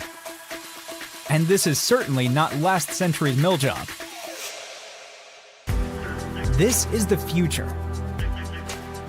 a modern manufacturing facility producing the most renewable building products on the planet and using technology to do so. At Roseburg, you will work among humans and robots in beautiful Oregon, the timber capital of the U.S. We're growing the trees and manufacturing the materials that will keep our homes and offices standing for decades into the future. We're looking for new team members, people who want to be our future managers, supervisors, and leaders. Visit roseburg.com/careers to start growing your career today. Moving out the top of the fifth inning, the first batter for Grant is number 14. Leading off for the Grant Generals is Rafferty Crookshank, the 7-8-9, or actually make that the 8-9-1 hitters coming up for the Generals. Today's ball game brought to you by McClendon Smokehouse. Tanner Wirtz still throwing for the Indians. A ball lofted left field side. Crookshank will fly to A.J. Black for the first out, one away. 0 for 2 for Crookshank. That'll bring up the 9-hitter Martin Alardo. McClendon Smokehouse is a family-owned meat shop and smokehouse offering a wide selection, plus fresh produce, baked goods, and a general grocery store. Stop by McClendon Smokehouse on West Harvard Avenue in Roseburg. One away for Tanner Wirtz into his fifth inning of work.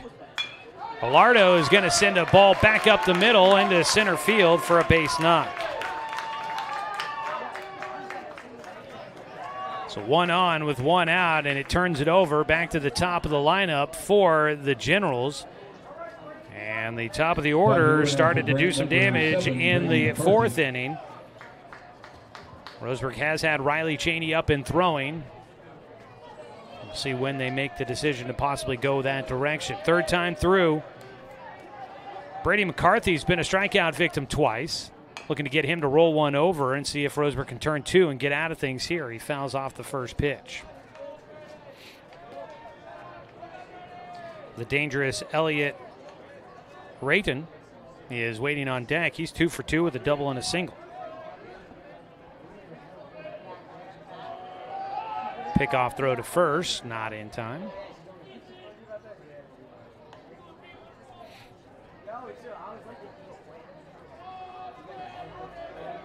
Big moments, postseason action, always intense. You got to win or you're done. Strike on the outside corner for Wirtz. Yeah, keeps you on the edge of your seat in these games.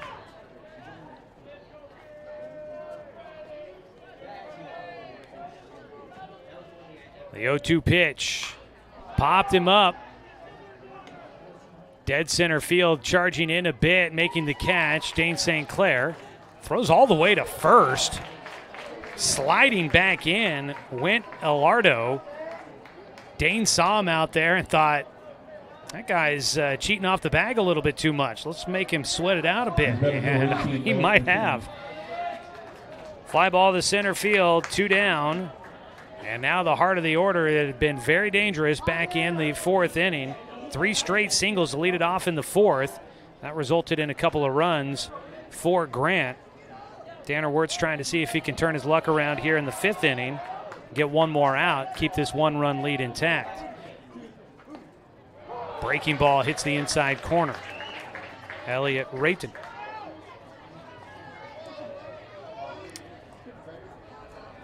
Scored the first run of the game for the Generals.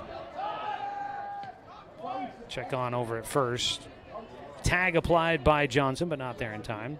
Mentioned this is a couple of league champions squaring off here. Grant winning their first league title since 2022. Roseburg winning their first league title since 2019. Runner going, throw down to second base. Oh, couldn't get the tag down for Austin. Had a good throw on time, but it short hopped in and bobbled a bit by Austin. Couldn't get the tag there. So in safely is Alardo. He's the game-tying run. It's a 1-1 count.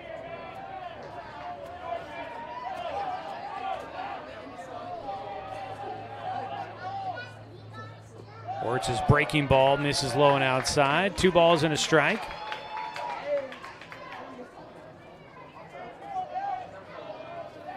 Top of the fifth inning, a 3-2 score in favor of Roseburg. Grant threatening with 2 outs. They've got the game tying run at second.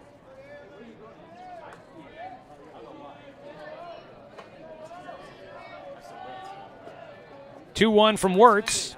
That ball hit towards third. That's a fair ball. Throw across the diamond. It's going to get there in time. And that will be a long throw by Robbins across the diamond, right on target to Jake Johnson, and it finishes off the top of the fifth inning. No runs on 1 hit, no errors, 1 runner left on base, and Danner Wirtz is able to get Roseburg through 4.5 innings. We go to the bottom of the fifth. Roseburg leading 3-2 here on 541radio.com and on the score, 92.3 FM and 1490 AM. My wife and I moved to Oregon to raise a family, set our roots, and to have a lot of fun outdoors. We quickly realized that we needed a truck or a rig for the projects that we were doing in our backyard. When we were looking to find a place to finance our truck, we asked our patients, and everyone recommended Cascade Community Credit Union. It was so easy to work with Cascade.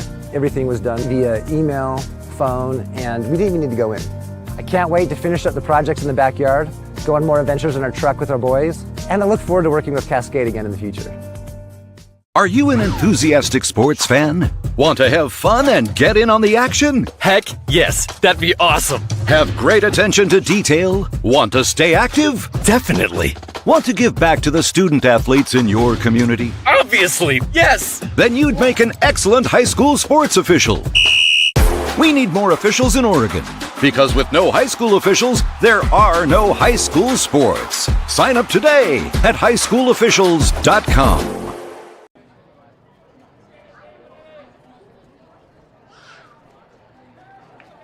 Gibbs RV Superstore, sponsor of our expanded postseason coverage. You got to get to Gibbs. 3-2 score here in the bottom of the fifth. Roseburg leading by 1. Caden Austin trying to bunt his way on. Fouls off the first pitch he sees from Jinky Tomita. Austin struck out swinging against Tomita in the second. Jinky now has 4 strikeouts total in this one. He has started to settle in nicely. The 0-1 pitch, swung on and missed. Austin fooled on that one, and he knew it immediately. Top of the order on deck, Paxton Burke. As Roseburg looks to rally and see if they can get some insurance on the board. Able to hold off on the outside pitch, bounces in. A 1-2 count for Caden Austin. Austin, another one of the guys headed off to play college football next year. Wide receiver. He's going to North Dakota. Swing and a miss, strike 3. Not to North Dakota College, but he's headed to the state of North Dakota, a school out there, Valley City State College. It's too many names. I get confused every time I try to remember it. But nonetheless, he's headed off to play college football next year, and awesome opportunity for that young man. Unfortunately, starts things off with his second strikeout in the ball game. Sends us to the top of the order. Paxton Burke, 0 for 1.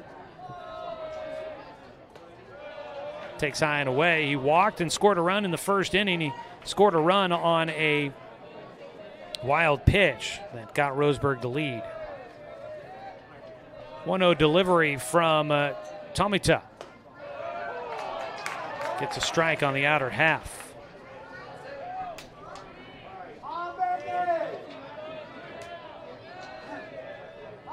The 1-1 count. Called strike 2. Roseburg softball got a 6-2 win earlier against Forest Grove. They'll face the winner of Jesuit and Aloha. Got a score update on that one. It's 6-0 Jesuit in the bottom of the second.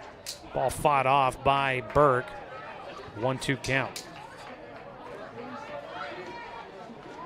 So kind of looking as if Roseburg is headed to Jesuit for their next game in the state playoffs, barring a big comeback by Aloha. The 1-2 pitch. Chopped it. Third base line. Bobbled and no play to be made. In and out of the throwing hand for Caden Cruz. He tried to get it out of the glove, and he does not do it cleanly, and that's the first error of the ball game for either team. Kind of a routine chopper on the infield there for him. Just couldn't get it out of the glove cleanly. On safely at first is Paxton Burke. And the door is open for Roseburg here to try and see if they can start to put some more offensive pressure on the Grant Generals, leading 3-2 right now in the 5th inning. Burke at first base. He's got 6 stolen bases this year. He will stay at first base. As at the plate, it's a 2-0 count for Dane St. Clair.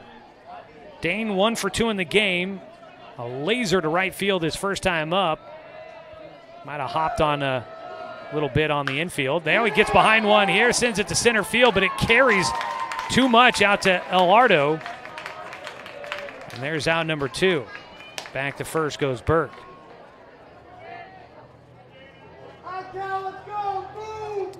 So 2 away, hard hit ball, but right at the center fielder for St. Clair. Brings up Cal Robbins, 0 for 2 in this game. Cal looking to try and do some damage for Roseburg.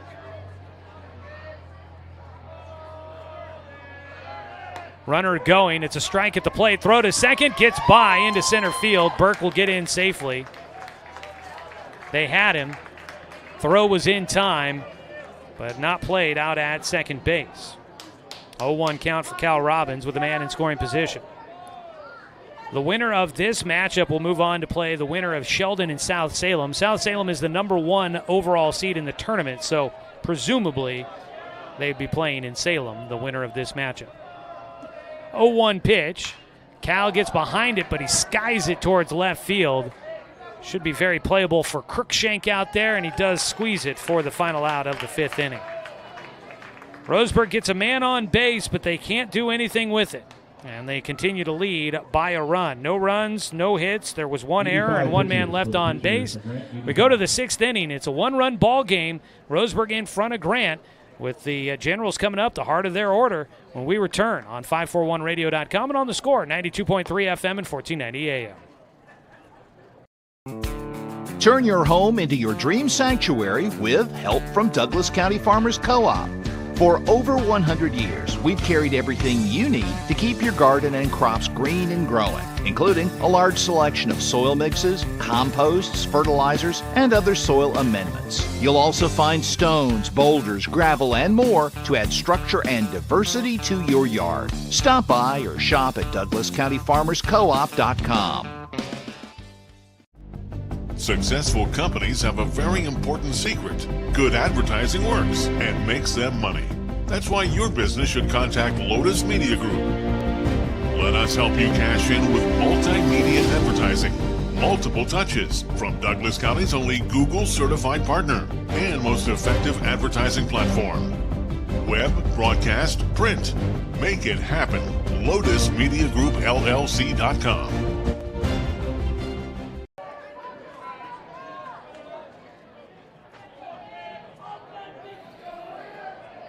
3-4-5 hitters coming up for the Generals, trailing 3-2 against Roseburg here in the second round of the 6A state playoffs.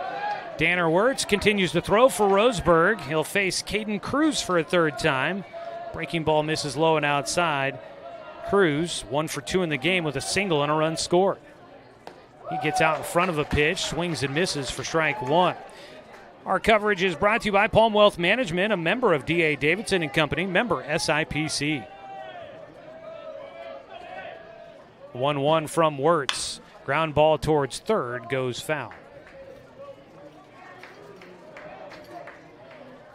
So it'll be a 1-2 count for Caden Cruz, starting third baseman. Wirtz's 1-2 pitch, fouled back. Our coverage is also brought to you by Bowers Industrial, a proud supporter of our local community and youth sports.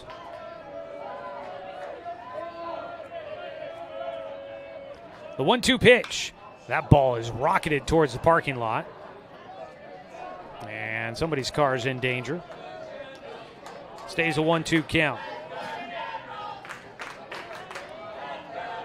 It's a good contingency of Grant Generals fans in the building, and they're getting a chant going. high and away, 2-2. Let's go Generals, a chant out in front of us here. It's pretty impressed to see they got here early, and good crowd of them making their way down from Portland. Fought off another 2-strike pitch. Stays a 2-2 count for Cruz.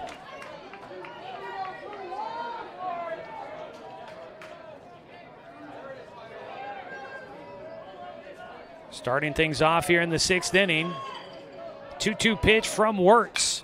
Got him to the sky one. This is going to stay on the infield. Calling for it is Paxton Burke, the shortstop. Waits for it to come down. That ball touching the clouds comes down into the glove. Squeezing the leather. Paxton Burke, the shortstop. One away. Big first out there. Now Diego Martinez Griffin stands in with one away, nobody on. Diego Martinez Griffin had the big hit in the 4th inning, drove in 2 with a single to left field. Pitches outside from Wirtz, a 1-0 count to start.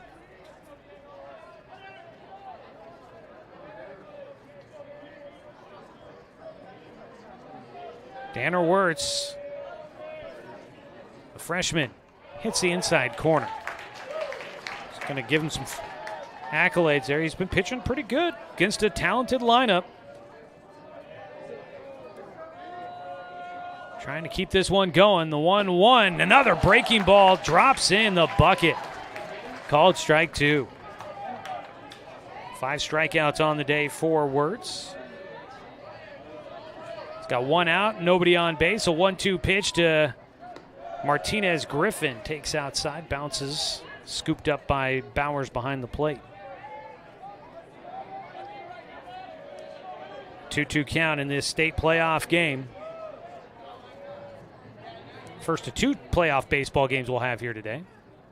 Ground ball left side, he does it again. Diego Martinez grounds one through the 5-6 hole into left field. His second hit in the ball game. This time, though, it comes with nobody on base. And so he's alone at first with 1 out. That'll bring up Grant Snido over at first base. Diego Martinez, been a tough out in the 4-hole. Grant Snido 0 for 2 in the game, ground out and a fly out.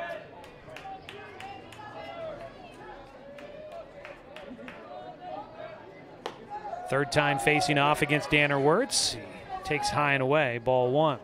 As a reminder for all of you on the road, Oregon Department of Transportation encourages you to please be sure to park your phone so that our roadways are safer for everyone. Called strike. 1-1 count for Snido, the shortstop for this Generals team.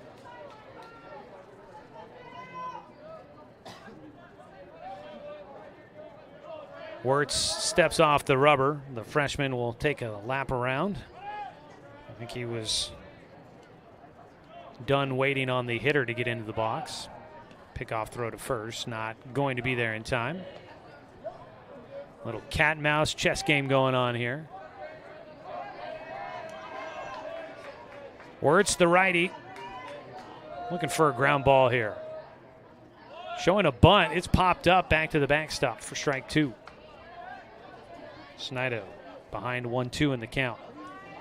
Well, the OSAA is going digital with Hometown Ticketing, the official ticketing partner of the OSAA. Access tickets for all first round through state championship finals via the OSAA website or OSAA Live app.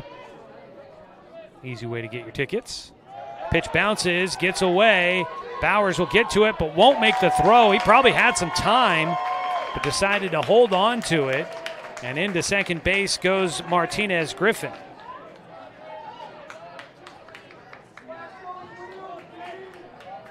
Two-two count at the plate for Grant Snido. You can order your tickets in advance and present them your digital ticket at the gate. It's convenient, it's paperless, and it's easy to use. Visit osaa.org/tickets. There's a ball belted in the air out towards left field. Foul ball. And the Grant fans are going to be disappointed as that's called foul. They're still on their feet thinking it was a fair ball.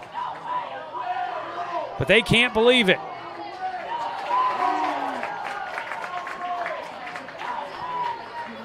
Grant Snido almost had a game-tying extra base hit down the line. It was ruled foul by the third base umpire. That one was right on the line. It was real close.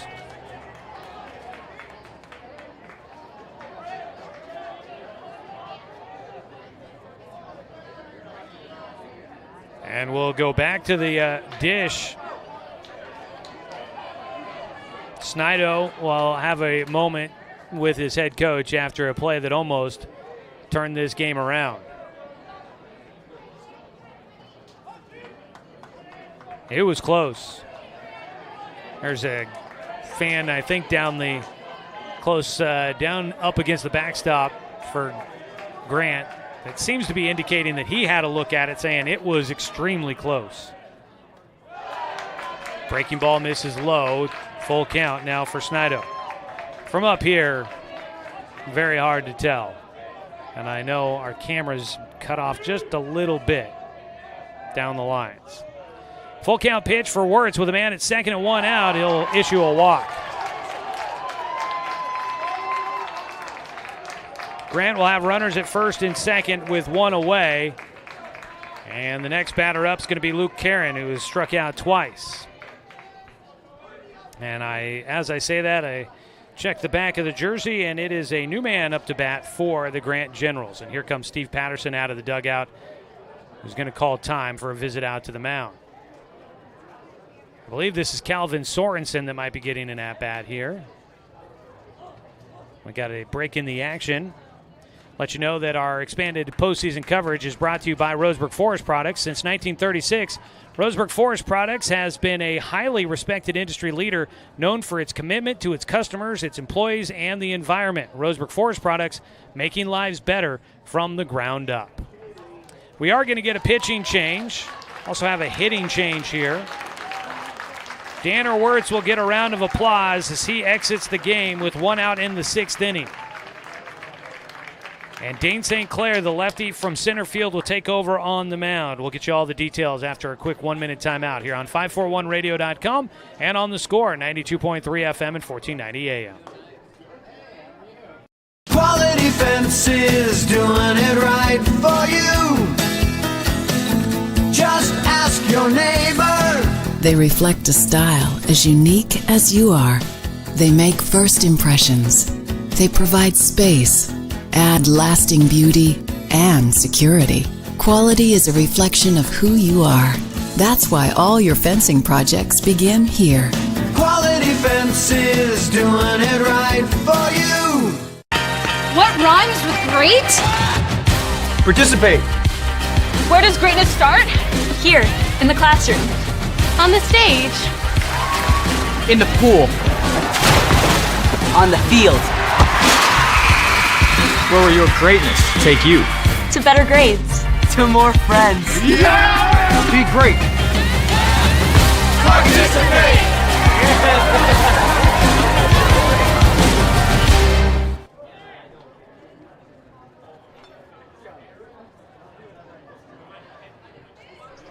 On Point Community Credit Union is a proud sponsor of the OSAA State Championship. On Point is Oregon's largest locally headquartered credit union, serving more than 563,000 members.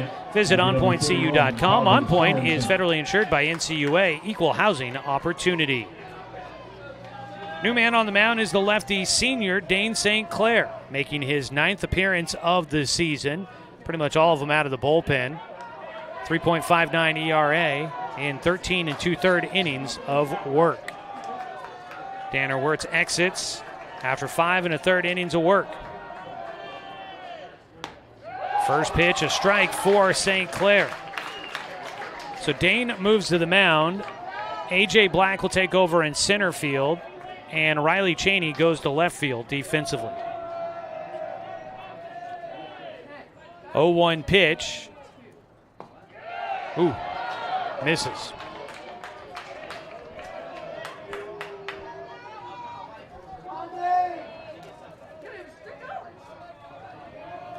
One count for, it's a new hitter at the plate. Swing and a miss. Strike 2 against Calvin Sorensen, a sophomore.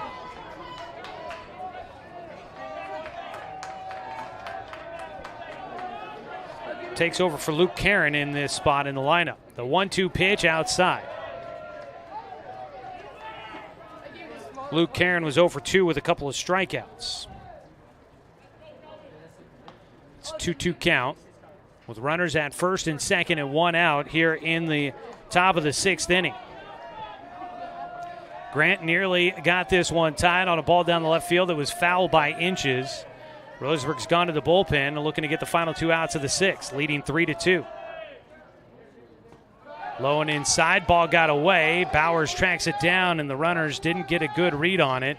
They all stay put. It's a full count now for Sorensen.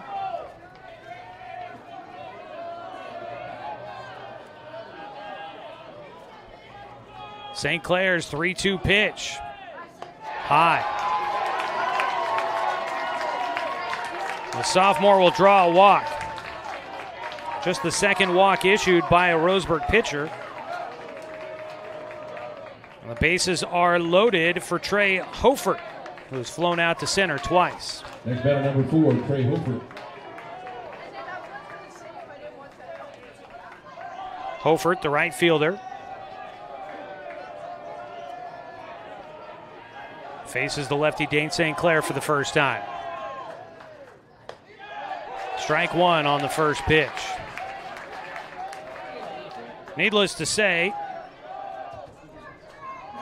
Roseburg would like to get the bats going when they get back up to bat in the 6th inning, but right now they've got a lead, trying to keep it. High and away, 1-1. Pressure moment here in this ball game. Roseburg took a 3-0 lead in the first inning. Haven't scored since. 2 runs in the 4th for Grant. Has gotten them back within 1. The 1-1 pitch inside for St. Clair. Hofert backing out of the way. He's ahead in the at-bat. 2 balls and a strike.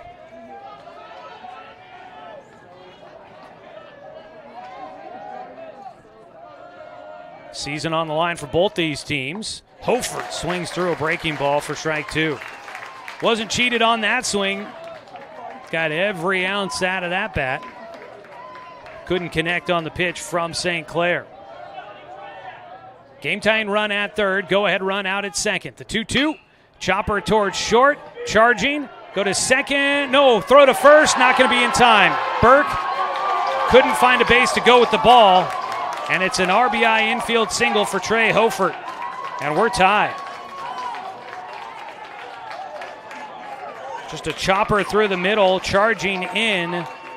Paxton Burke wanted to try to go to second.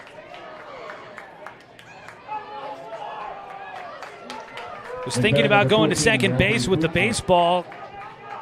Thought better of it, then thought about throwing to first and didn't get it there in time. Tied up at 3, bases still loaded. Rafferty Crookshank swings through for strike 1. That run does go to the total for Danner Wirtz.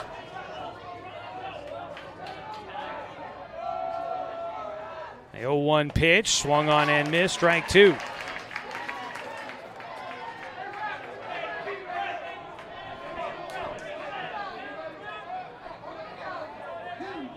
Crookshank has grounded out to short and flown out to left. Ground ball right now would be big for Roseburg. Strikeout would be just miss.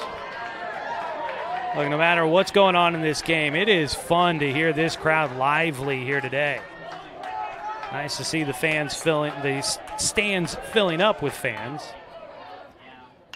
Out in front, fouled it off. Crookshank will stay alive.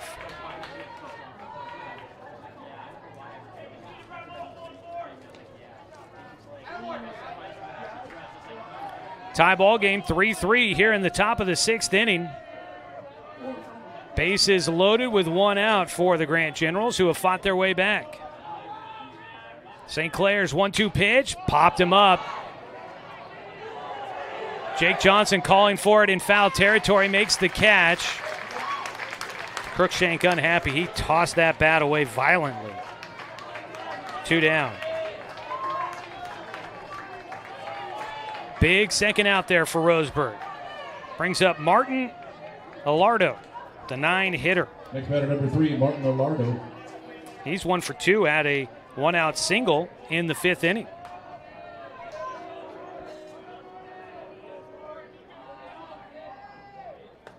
St. Clair's first pitch misses high to the 9-hitter. Want to say thank you to Winston Auto Care, one of our postseason sponsors.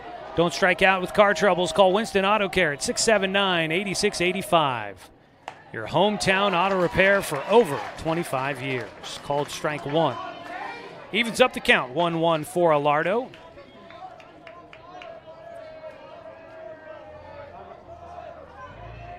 A 1-1 delivery from St. Clair. Slapped right side. Line drive goes right to Caden Austin. He makes the squeeze for the final out here in the top of the 6th.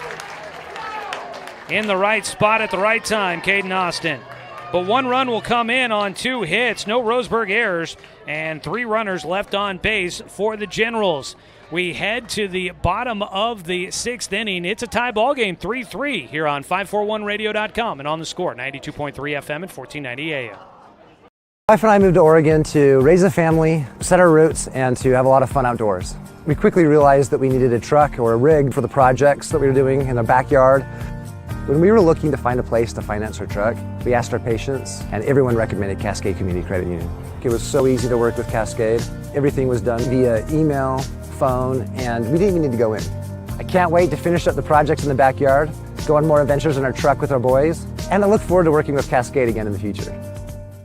Brook Communications radio stations have joined forces with the News Review and Lotus Web Services, announcing the Lotus Media Group, a multimedia enterprise. Web, broadcast, print. Make it happen with LotusMediaGroupLLC.com.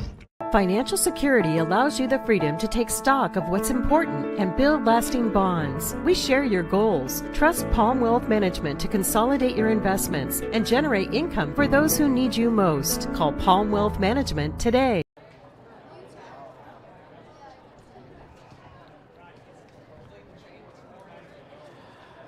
Our coverage of Roseburg baseball on the Score brought to you by Quality Fence. Doing it right for you. Call 541-664-2281 or visit qualityfenceco.com.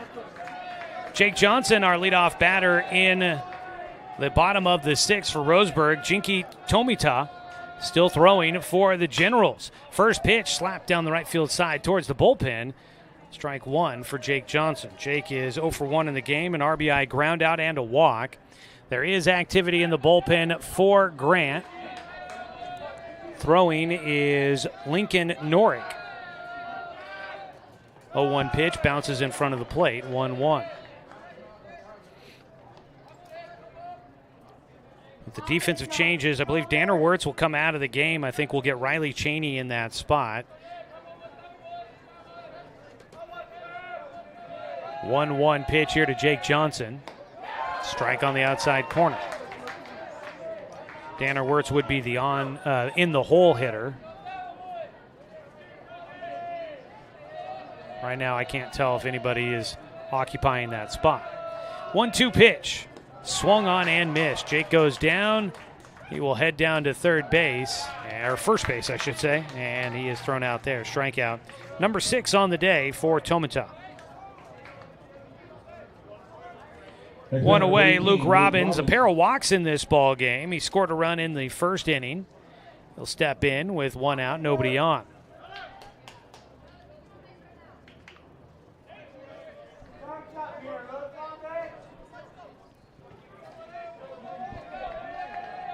Tomita working out of his stretch, kicks and fires, misses high for ball 1. Well, one of these two teams needs to get some offense going. We're tied at 3. It's been Grant on the up and come as this game has wore on. Roseburg scored all 3 runs in the first inning, have been silent since. 2-0 count for Luke Robbins, taking high once again from Tomita.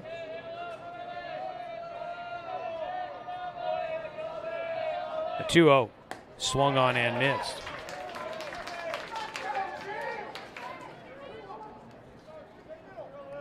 Quarterfinals of the state playoffs will be on Friday. It's a jam-packed week for any team that makes their way to the quarterfinals. 3 games in 1 week. Ground ball fouled away by Robbins. Luke has a 2-2 count. Just 1 day in between. It's a lot. But you definitely get a deserving champion by the end of it. And whoever ends up at the end without losing a game in the playoffs, they've definitely earned it. 2-2 pitch to Robbins outside. Full count. Luke on the verge of maybe another walk in this one. He's already done it twice.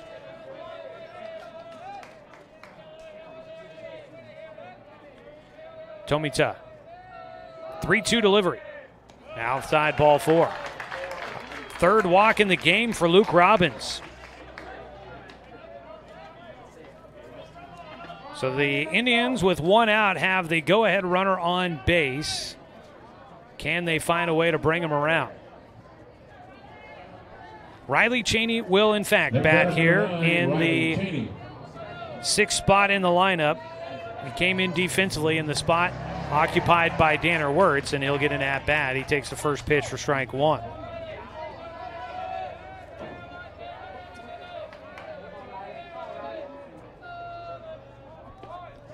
Pitch low, 1-1 count. After a called strike 1 to lead off the at-bat for Cheney.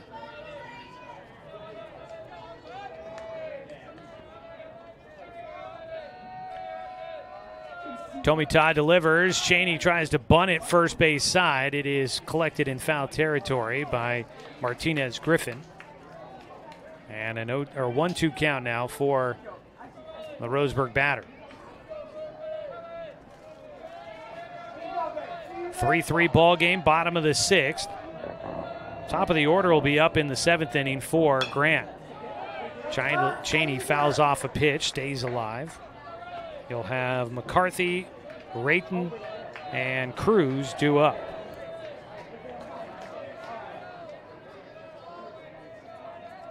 One-two pitch, swung on and missed. Cheney got a good look at it. Couldn't make contact. 7th strikeout for Tomita. He's walked 4, but he's made up for it with the 7 punch-outs. Brings up A.J. Black. He's 0 for 2 with the strikeout. He swings away. First pitch down the right field line into the bullpen. Hofert giving chase, but runs out of room.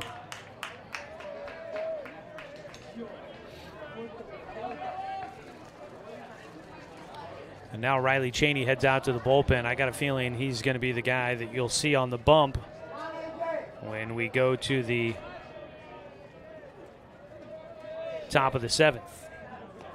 Chasing after a breaking ball, strike 2 for A.J. Black. Roseburg will have the bottom of the 7th, no matter what happens in the top half of the 7th, to try and win this one. So could be an interesting finish we're in store for here as the ball fought off. A.J. Black stays alive.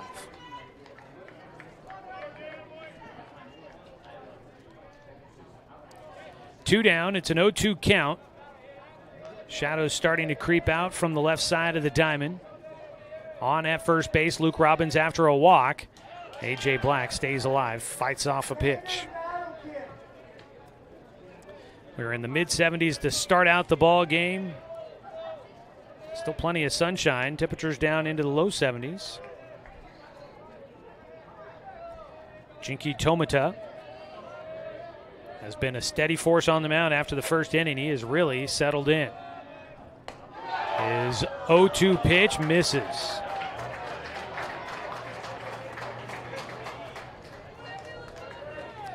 One-two count.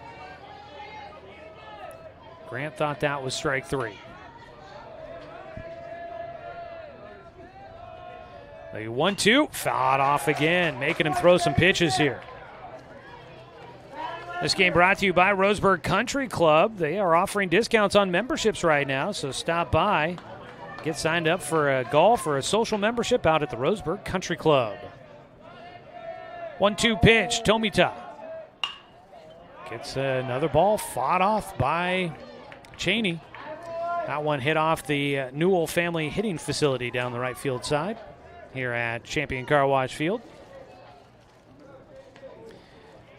A.J. Black putting up a battle. His first at-bat, he grounded out to first. Struck out in his second at-bat, his third time up. The 1-2. Hits this one to right field, but it's going to carry enough. And in right field, Hofert makes the grab to finish things off. No runs, no hits, no errors. One man left on base for Roseburg in the bottom of the sixth. We go to the seventh inning. Can somebody win this one in regulation? We're going to find out. 1 minute timeout here on 541radio.com and on the score, 92.3 FM and 1490 AM. To expand your portfolio? Consolidate your investments with Palm Wealth Management. Our trusted team makes it easy to diversify and track your investments. Let Palm Wealth Management coordinate your financial strategy. Call Palm Wealth Management today. At Douglas County Farmers Co-op, we want your four-legged friends to be healthy and happy. That's why we stock a carefully curated selection of pet, equine, and livestock supplies. From the premium foods your pets crave to grooming and show supplies that help you shine in the show ring, you'll find it at Douglas County Farmers Co-op. Our knowledgeable staff are here to help with those tough pet and livestock care questions. Stop by or shop at DouglasCountyFarmersCoop.com. Brook Communications radio stations have joined forces with the News Review and Lotus Web Services, announcing the Lotus Media Group, a multimedia enterprise. Web, broadcast, print. Make it happen with Lotus Media Group, LLC.com.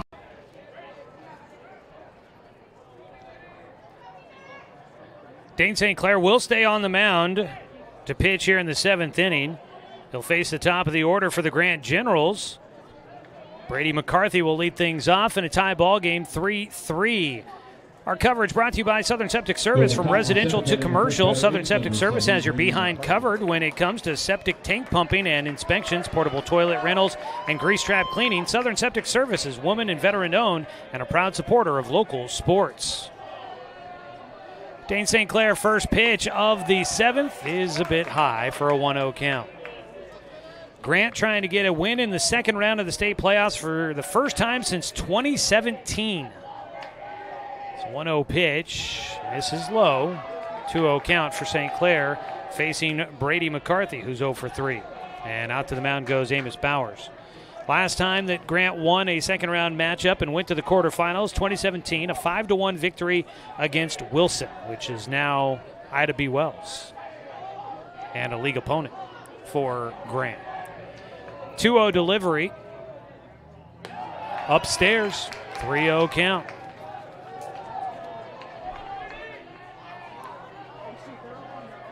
Roseburg in the second round of the state playoffs for the sixth time in 7 seasons. A 3-0 pitch, misses, ball 4. And the go-ahead runners on base with the heart of the order coming up. Elliot Rayton has a couple of hits in this ball game, and he's going to be due up, and we look like we might be getting a new man on the mound for the Indians. Dane St. Clair will give up the baseball to Riley Cheney, who will take over on the bump, and back to the outfield for Dane St. Clair. Third man coming in for Roseburg. Riley Cheney takes over, the right-hander. We'll see if he can get the Indians through the seventh inning with the game still tied. 1 on, nobody out, top of the seventh. We'll take a 1 minute timeout here on 541radio.com and on the score, 92.3 FM and 1490 AM.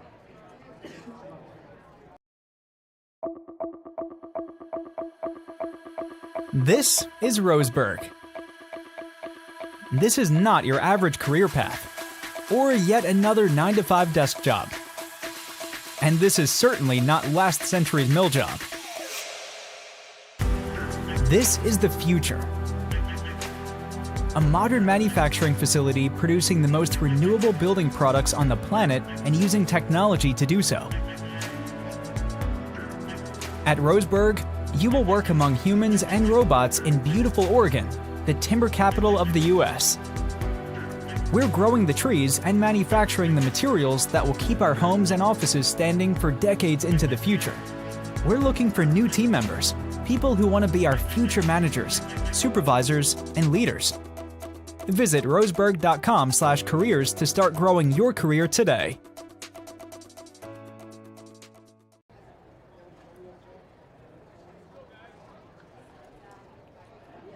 Deere style, efficiency, and performance. Glad we're on the same team this season and every season. Let's keep huddling up and going for it. Toyota, let's go places.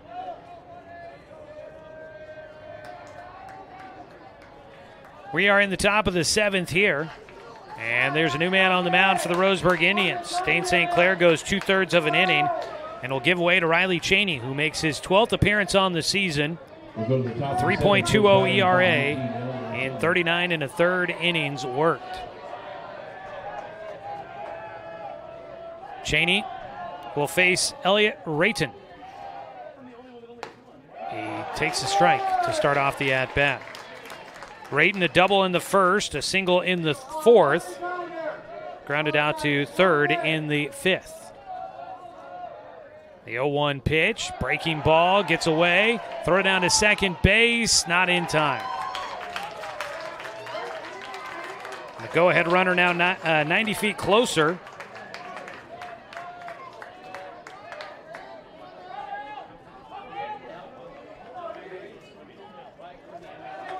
At the plate, Elliott Rayton now with a 1-1 count.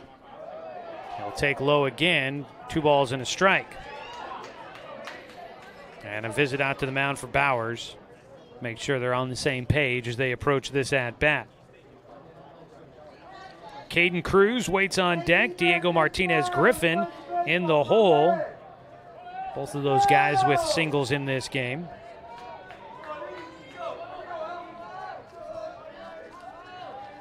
Rayton waits on the 2-1 pitch. Austin holding the runner at second. High and away, 3-1 count. Tie ball game, 3-3. 7th inning here in Roseburg. The hometown team looking to try and keep this one tied and go to the 7th. 3-1 pitch fought off. Saw something he liked on the hitter's count. Now it's a full count pitch coming up to the 2-hitter. Rayton with the only extra base hit in the game for Grant.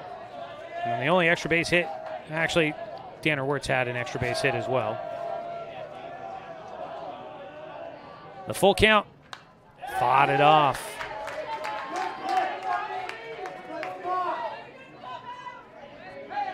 Count remains full with a man at second base here in the top of the 7th.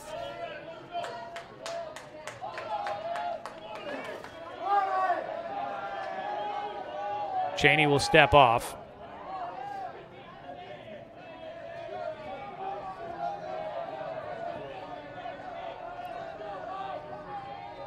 Big moment here for the right-hander. He kicks and fires. That ball hit towards center field on the run. Dane St. Clair, it's off his glove. He'll get back to it, throws it in. A run is going to score.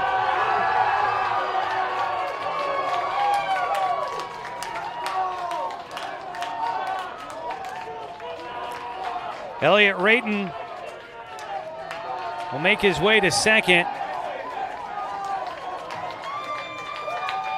Coming in to score, Brady McCarthy. Looked like St. Clair had a read on that one, but it kicked off the heel of his glove as it started to kind of tail back behind him, almost as if he overran it. And he couldn't hang on to it. A 1-run lead, first lead in the game for Grant. And now the Generals are 3 outs away from advancing. Check swing, and the home plate umpire says he went around. Caden Cruz starts off with an 0-1 count. On that ball, you likely think that McCarthy was probably tagging and moving up to third, even if Dane St. Clair makes the catch.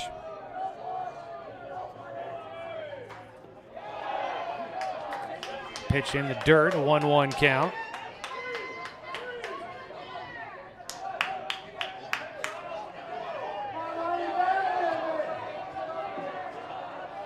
One delivery for Cheney.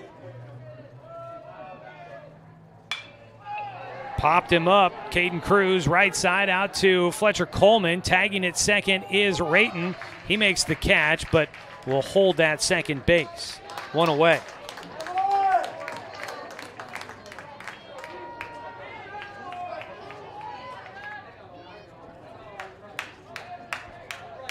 That'll bring up the cleanup hitter, Diego Martinez Griffin. Next batter, Diego Martinez Griffin, number 28. He's 2 for 3 in the game, had an RBI or 2-run single back in the 4th inning. Bats here with the man in scoring position. His team leading by 1. Breaking ball for a strike from Cheney. Roseburg's scheduled to have the 8-9-1 hitters coming up in the 7th inning as they need to make up at least 1 run. The 0-1 pitch from Cheney, just off the edge. Couldn't entice the hitter to chase after it. It carries just off the corner. A 1-1 count for Diego Martinez Griffin. Cheney's 1-1. Another breaking ball, this time in the zone.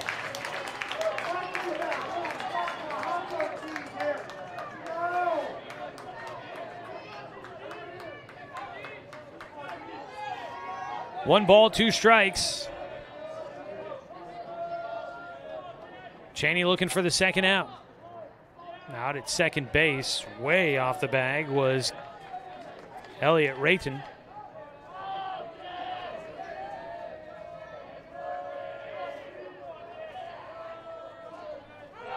Runner going, throw to third base, not in time.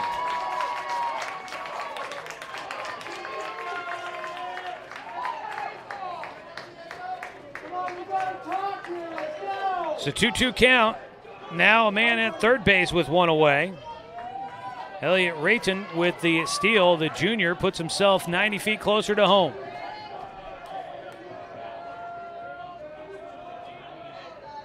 Cheney's delivery on the 2-2. Chopper towards third. Cal Robbins, throw to the plate. Got plenty of time to make the out. Rayton tagged out at the dish. Amos Bowers holding on to the baseball.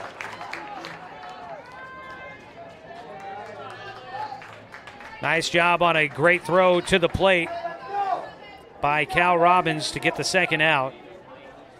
Fielder's choice for Martinez Griffin will put him at first. Next batter is number 15, Grant Snido. Snido will bat. He is 0 for 2 with a walk.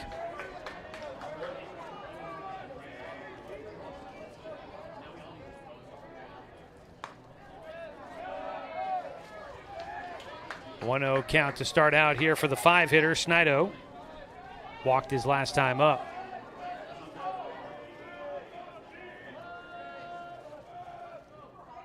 Breaking ball for a strike from Cheney.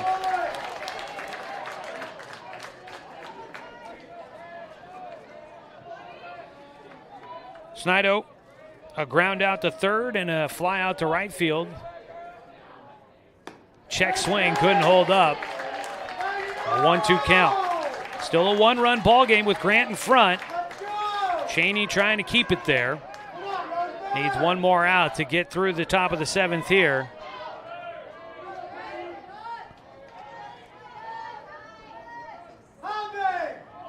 Riley Cheney sets with a man at first and 2 away. He slide steps, delivers, strike 3 called.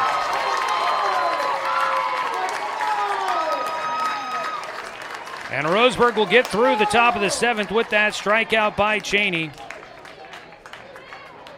And he will minimize the damage as he comes out of the bullpen. 1 run comes in to score. 19 pitches for Cheney, 19.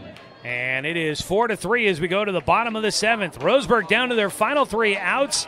They need 1 to tie it and send it to extra 2 to walk off with a win. We'll come back here on 541radio.com and on the score, 92.3 FM and 1490 AM. My wife and I moved to Oregon to raise a family, set our roots, and to have a lot of fun outdoors. We quickly realized that we needed a truck or a rig for the projects that we were doing in our backyard. When we were looking to find a place to finance our truck, we asked our patients, and everyone recommended Cascade Community Credit Union. It was so easy to work with Cascade. Everything was done via email, phone, and we didn't even need to go in. I can't wait to finish up the projects in the backyard, go on more adventures in our truck with our boys, and I look forward to working with Cascade again in the future. Are you an enthusiastic sports fan? Want to have fun and get in on the action? Heck yes, that'd be awesome. Have great attention to detail? Want to stay active? Definitely. Want to give back to the student athletes in your community? Obviously, yes. Then you'd make an excellent high school sports official. We need more officials in Oregon, because with no high school officials, there are no high school sports. Sign up today at highschoolofficials.com.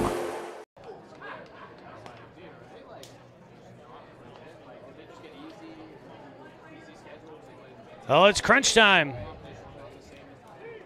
We go to the bottom of the 7th. Roseburg needs 1 to send it to extras, 2 to walk off with a win and keep their season going. It'll be the 8-9-1 hitter scheduled up against a new man on the mound. Caden Cruz takes over. The right-hander winds and fires. And his first pitch is in for a strike against Amos Bowers. The catcher is 0 for 2 in the ballgame. Jinky Tomita is done for the day. The ball fought off. 0-2 count here for Bowers. Tomita goes 6 innings, allows 3 runs on 2 hits, 4 walks, and 7 strikeouts. But he pitched a shutout after the first inning and kept his team in this one. The 0-2 pitch to Bowers. Strike 3 called. Bowers watches it go by, leaves the bat on his shoulder, and the Indians are down to 2 outs left to work with. New defender at third base is Lincoln Norick as Cruz moves to the mound. Well, first pitch, strike 1, and the formula seems to be pretty simple right now for Caden Cruz. He's coming in and firing strikes. The 0-1 pitch, strike 2, and Roseburg right now just leaving the bat on their shoulders. Caden Austin at the plate, the 0-2 delivery. Ground ball towards short. Snido, throw to first in time.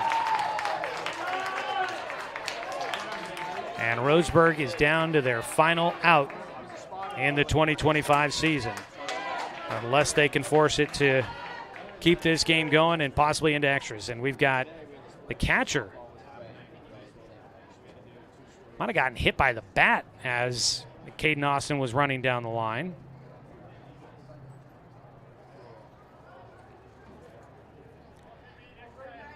Brady McCarthy, I think as Caden Austin tossed away the bat, McCarthy got some stray fire on that one. Completely unintentional, I would imagine. So we get a break in the action. While we've got the break, purchase your official state championship merchandise at OSAAstore.com with Rush Team Apparel, the exclusive merchandise partner of the OSAA. You have more options. Customize your gear with your school name, a student-athlete name, event decals, and more. Nike products are also available. Browse the selection of official store championship merchandise at OSAAstore.com. And we've got somebody running on late.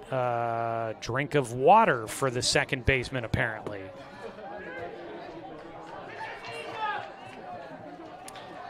All righty. Back to action here. With 2 outs, the top of the order for Roseburg up. It's Paxton Burke looking for his first hit in the game. Reached on an error his last time. Switch hitter. Trying to keep the season alive for the Indians. And everybody is watching strikes. Caden Cruz deals a strike 1.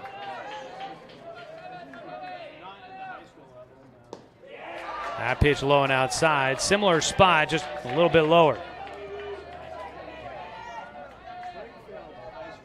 1-1 delivery from Cruz. Low and outside again.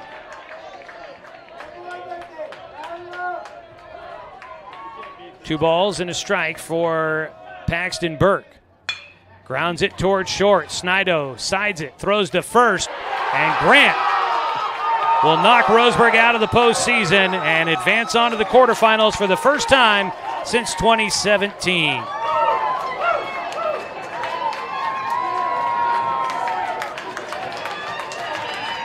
How about a big round of applause? That's a heck of a game right there. But we'll move on to the next round.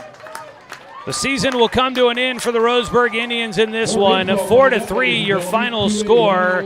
Grant improves to 20-7 on the season. And Roseburg will fall to 18-9, and they will end things here. Jinky Tomita had a heck of a game after looking shaky in the first inning. He settled in and pitched 5 consecutive shutout innings, keeping Grant in this one, and they slowly worked their way back into it, and they would take the lead in the top of the 7th, and they hang on for a 4-3 victory. Now that'll be the end of the season for the Roseburg Indians. Heartbreaker there. We knew it was going to be a good job, but man, that was a heck of a ball game for both these teams. It's a shame that one of them had to see their season come to an end. Grant moves on. They'll face the winner of Sheldon and South Salem.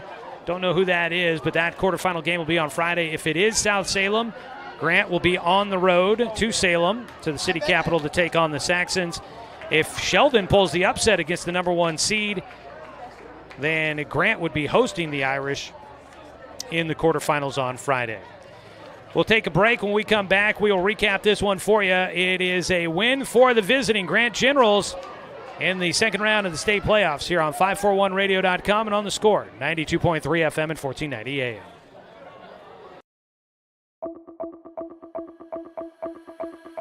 This is Roseburg. This is not your average career path, or yet another 9-to-5 desk job. And this is certainly not last century's mill job. This is the future. A modern manufacturing facility producing the most renewable building products on the planet and using technology to do so. At Roseburg, you will work among humans and robots in beautiful Oregon, the timber capital of the U.S. We're growing the trees and manufacturing the materials that will keep our homes and offices standing for decades into the future. We're looking for new team members, people who want to be our future managers, supervisors, and leaders. Visit roseburg.com/careers to start growing your career today. When it comes to finances, it can be hard to know what's in your best interest. Experience the strength of advice at Palm Wealth Management. From education and estate planning to retirement and the unexpected, we can help. Call Palm Wealth Management today. Brook Communications radio stations have joined forces with the News Review and Lotus Web Services, announcing the Lotus Media Group, a multimedia enterprise. Web, broadcast, print. Make it happen with LotusMediaGroupLLC.com. Find everything you need to enjoy the outdoors, at home or on the road, at Douglas County Farmers Co-op. Our garden center has what you need to create an oasis at home, from patio furniture to plants and everything in between. And whether you're barbecuing at home or tailgating at the game, we stock the best products from Yeti, Traeger, and Weber. Stop by or shop online at DouglasCountyFarmersCoop.com. Are you an enthusiastic sports fan? Want to have fun and get in on the action? Heck yes, that'd be awesome. Have great attention to detail? Want to stay active? Definitely. Want to give back to the student athletes in your community? Obviously, yes. Then you'd make an excellent high school sports official. We need more officials in Oregon, because with no high school officials, there are no high school sports. Sign up today at highschoolofficials.com. My wife and I moved to Oregon to raise a family, set our roots, and to have a lot of fun outdoors. We quickly realized that we needed a truck or a rig for the projects that we were doing in our backyard. When we were looking to find a place to finance our truck, we asked our patients, and everyone recommended Cascade Community Credit Union. It was so easy to work with Cascade. Everything was done via email, phone, and we didn't even need to go in. I can't wait to finish up the projects in the backyard, go on more adventures in our truck with our boys, and I look forward to working with Cascade again in the future.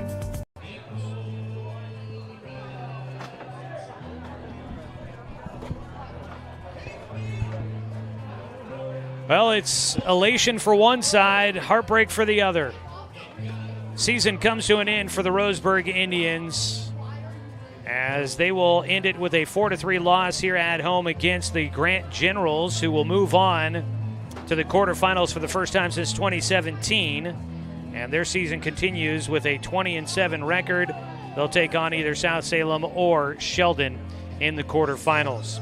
It's a tight ball game, nip and tuck all the way through. Roseburg scored 3 runs in the first inning. Things were looking good, but they did not score the rest of the way. Grant would get 2 in the 4th inning, make it a 1-run ball game. They finally tied it up in the 6th and scored the go-ahead run in the 7th inning, and Roseburg shut out 1-2-3 in the bottom of the 7th, unable to do anything to try and keep the game and the season going.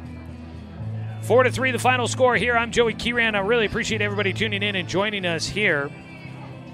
Back in the studio, Brenton Cranford, if you could just let me know. I think we do have one more break, and I think I made note of. Okay, perfect. So we will not finish it out here, but let's take a look at just how it played out. 4 runs, 8 hits, 1 error, 7 men left on base for the Grant Generals. 3 runs, 2 hits, no errors, and 4 men left on base for Roseburg.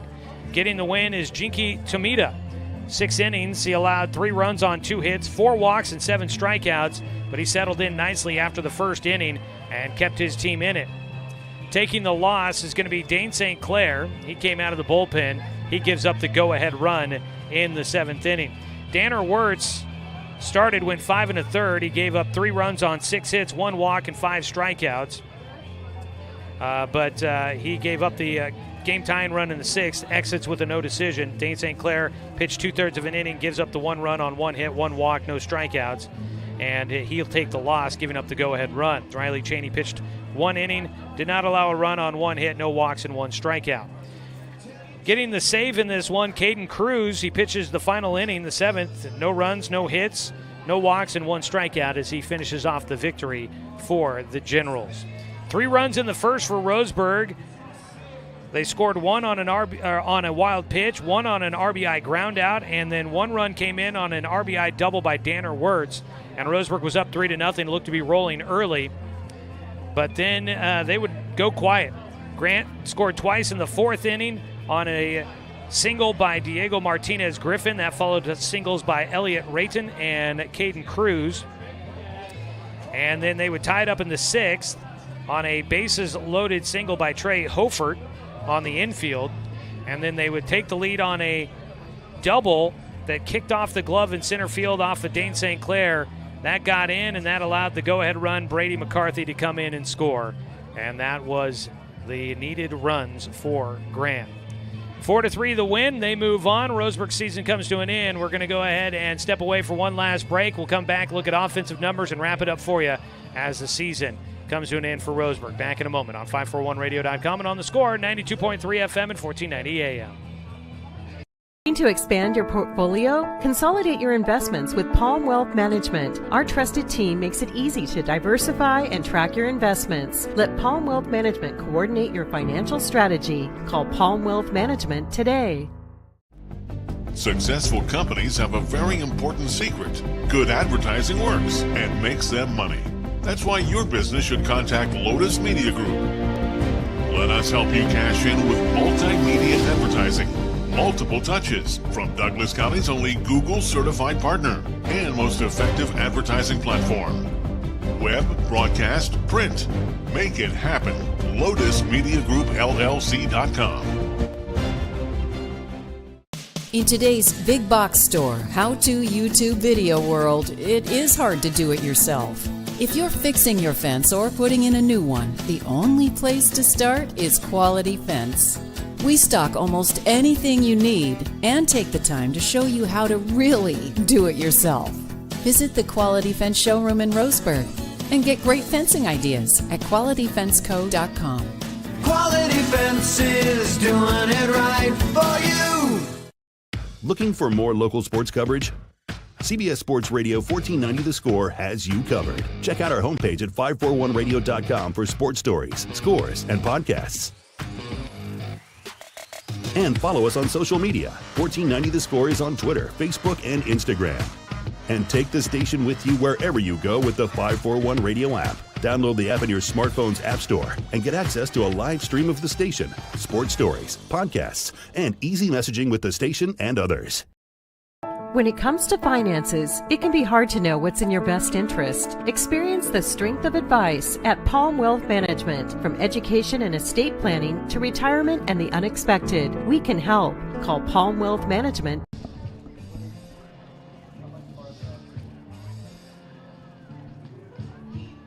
Wrapping things up here in the second round of the state playoffs, Grant a 4-3 win over Roseburg. Want to say thanks to our expanded postseason sponsors, Roseburg Forest Products, Winston Auto Care, Gibbs RV Superstore, and Southern Septic Service, helping us be able to be here and bring you coverage of these Roseburg baseball games in the postseason, as well as we had coverage of Roseburg softball earlier today. They got an exciting comeback win.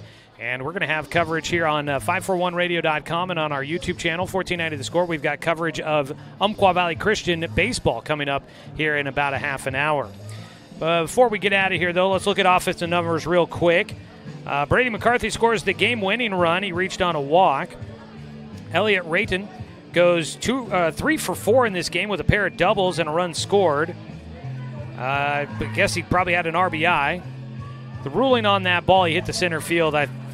I think it's going to depend on who you ask on how you do that one, but we're giving him a hit.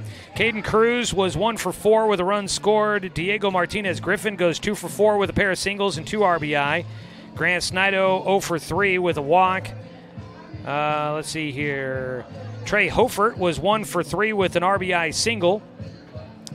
And Martin Alardo was 1 for 3 with a single in the game as well. For Roseburg, just 2 hits in the ball game.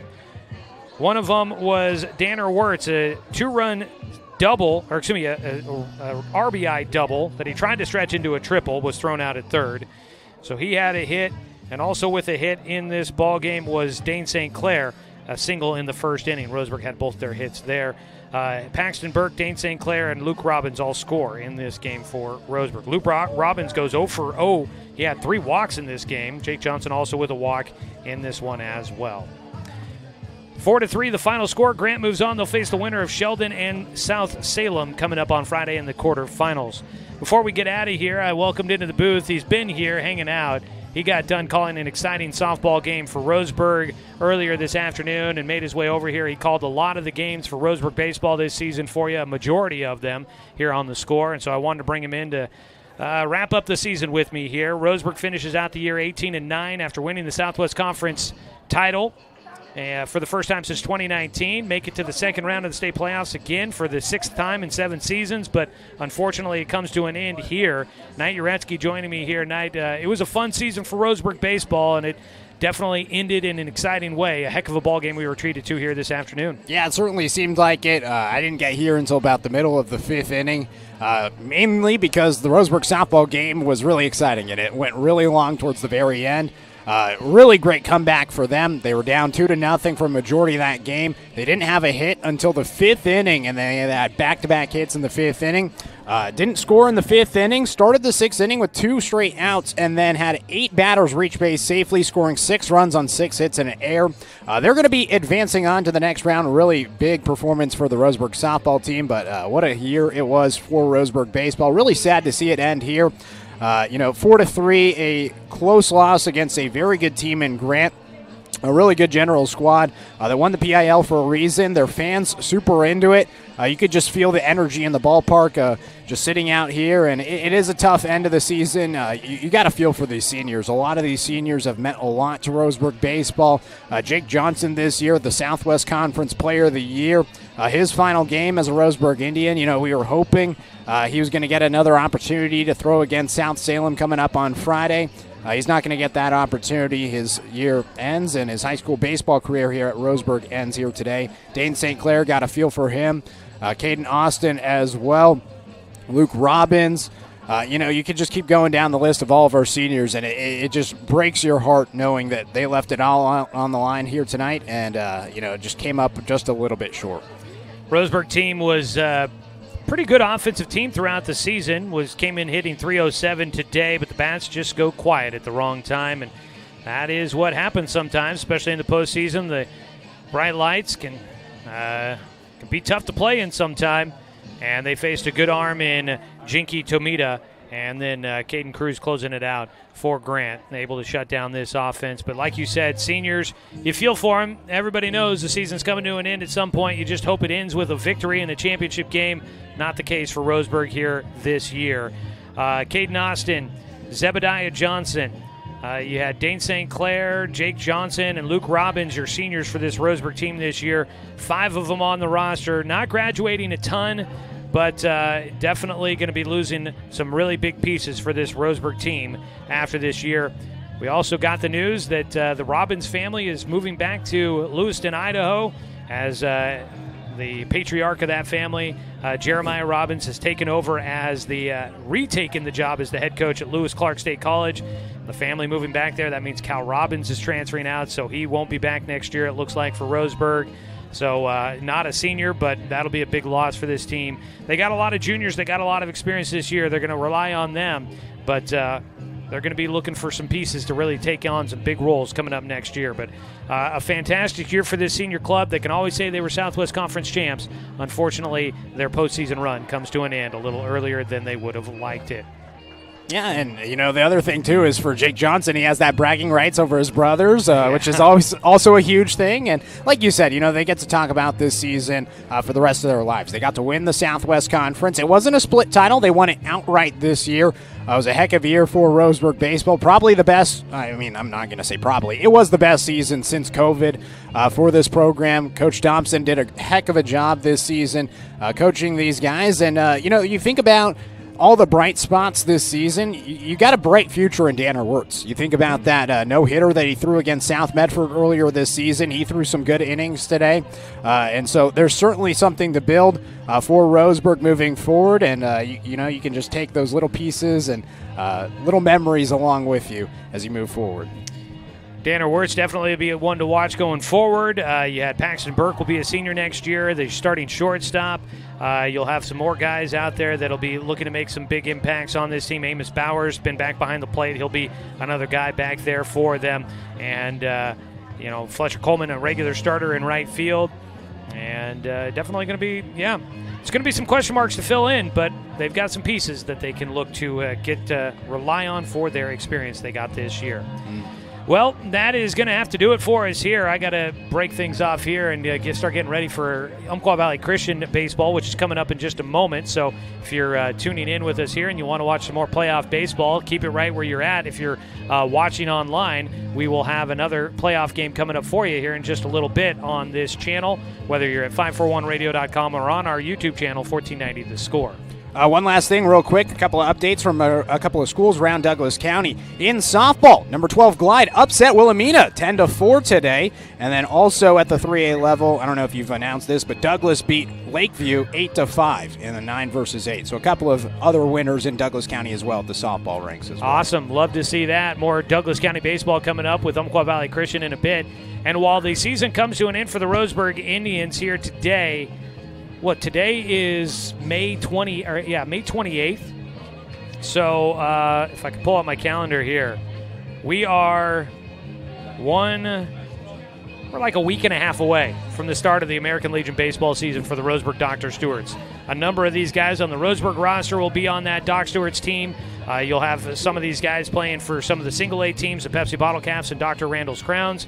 So that is what we're looking forward to. Legion baseball season coming up here on The Score next. That is about a week and a half away. So make sure you tune in for American Legion baseball here on The Score starting June 9th with a trip down to Harry and David Field to take on the vaunted Medford Mustangs. So we're looking forward to a fun American Legion baseball season coming up. And that should be a good way to kick it off there. So, we'll have coverage of every Doc Stewart's baseball game throughout the summer season. So while Roseburg baseball season is coming to an end, baseball season's not done. American Legion starts in about a week and a half. Also, that June 9th, you've been doing some research. Going to be a fun day here in Douglas County for baseball. We've got a couple of college baseball teams going to be playing here at Legion Field on June 9th as well. Yeah, summer collegiate baseball team's going to be coming here to town on June 9th. Just talked to Jake Whistler, the president of the DCBA, earlier today. Should have a story up later on, hopefully this week or later on this weekend.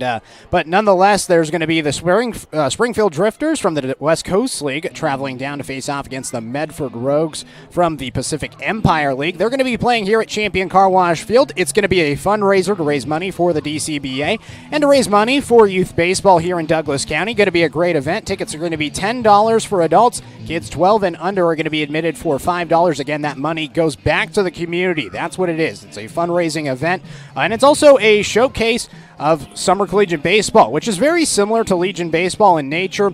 A lot of very similar aspects in terms of the competitive nature. The good news, though, for these fans that do get to come in attendance, they get to experience something else. Coach Whistler, he said he has a few things that he has planned right now, but looks like there's going to be promotions, different events that are going to be happening in between innings throughout the game. It's going to be more like a minor league baseball type of feel, which is certainly new for Douglas County. Typically, you don't get that at the Legion level. I think that's mainly the big difference between summer collegiate baseball and Legion baseball is that minor league ballpark feel, and you're going to kind of get that here at Champion Car Wash Field for one night, again, June 9th. That game is going to be at 6 p.m. All right, looking forward to baseball here in Douglas County. It's not done just with that game, that loss. There's more to come. It stings right now, but there's more baseball to come on the horizon. Well, folks, for Knight Uretsky, I'm Joey Kieran. Really appreciate everybody tuning in and joining us for Roseburg baseball this season here on The Score. It's been another fun one, and we have been honored and blessed to be able to be here and bring you the coverage throughout this year. I want to say thank you to all of our sponsors that help make this possible, including our expanded postseason coverage, brought to you by Roseburg Forest Products, Winston Auto Care, Gibbs RV Superstore, and Southern Septic Service. Appreciate everybody that helps make it so that we can be on the airwaves, bringing you local high school sports here in Douglas County. It's a lot of fun for us, and definitely something fun for the kids out there on the field. For our crew back in the studio all season long, Brenton Cranford doing the work here today. Also have had Dale Cranford back in there and Grady Hamilton running things on the radio production side for us throughout this season. Big thanks to all of them running the show back in the studio. Thanks to Athletic Director Adam Blue and Head Coach Troy Thompson for allowing us to be here and bring you another season of Roseburg baseball here on The Score. And thanks to the Roseburg High School Athletic Department for allowing us to hang around and bring you high school athletics all throughout the school year. It has been a lot of fun going from the fall season all the way through here in the spring season. It's been a fun season of Roseburg High School athletics here on The Score. And as always, a thanks to you, the fans, for tuning in for today's broadcast, because, of course, without you, I'm just a guy sitting here talking to myself. I'm Joey Kieran for Knight Uretsky. This has been Roseburg High School Athletics on 541radio.com and on The Score, 92.3 FM and 1490.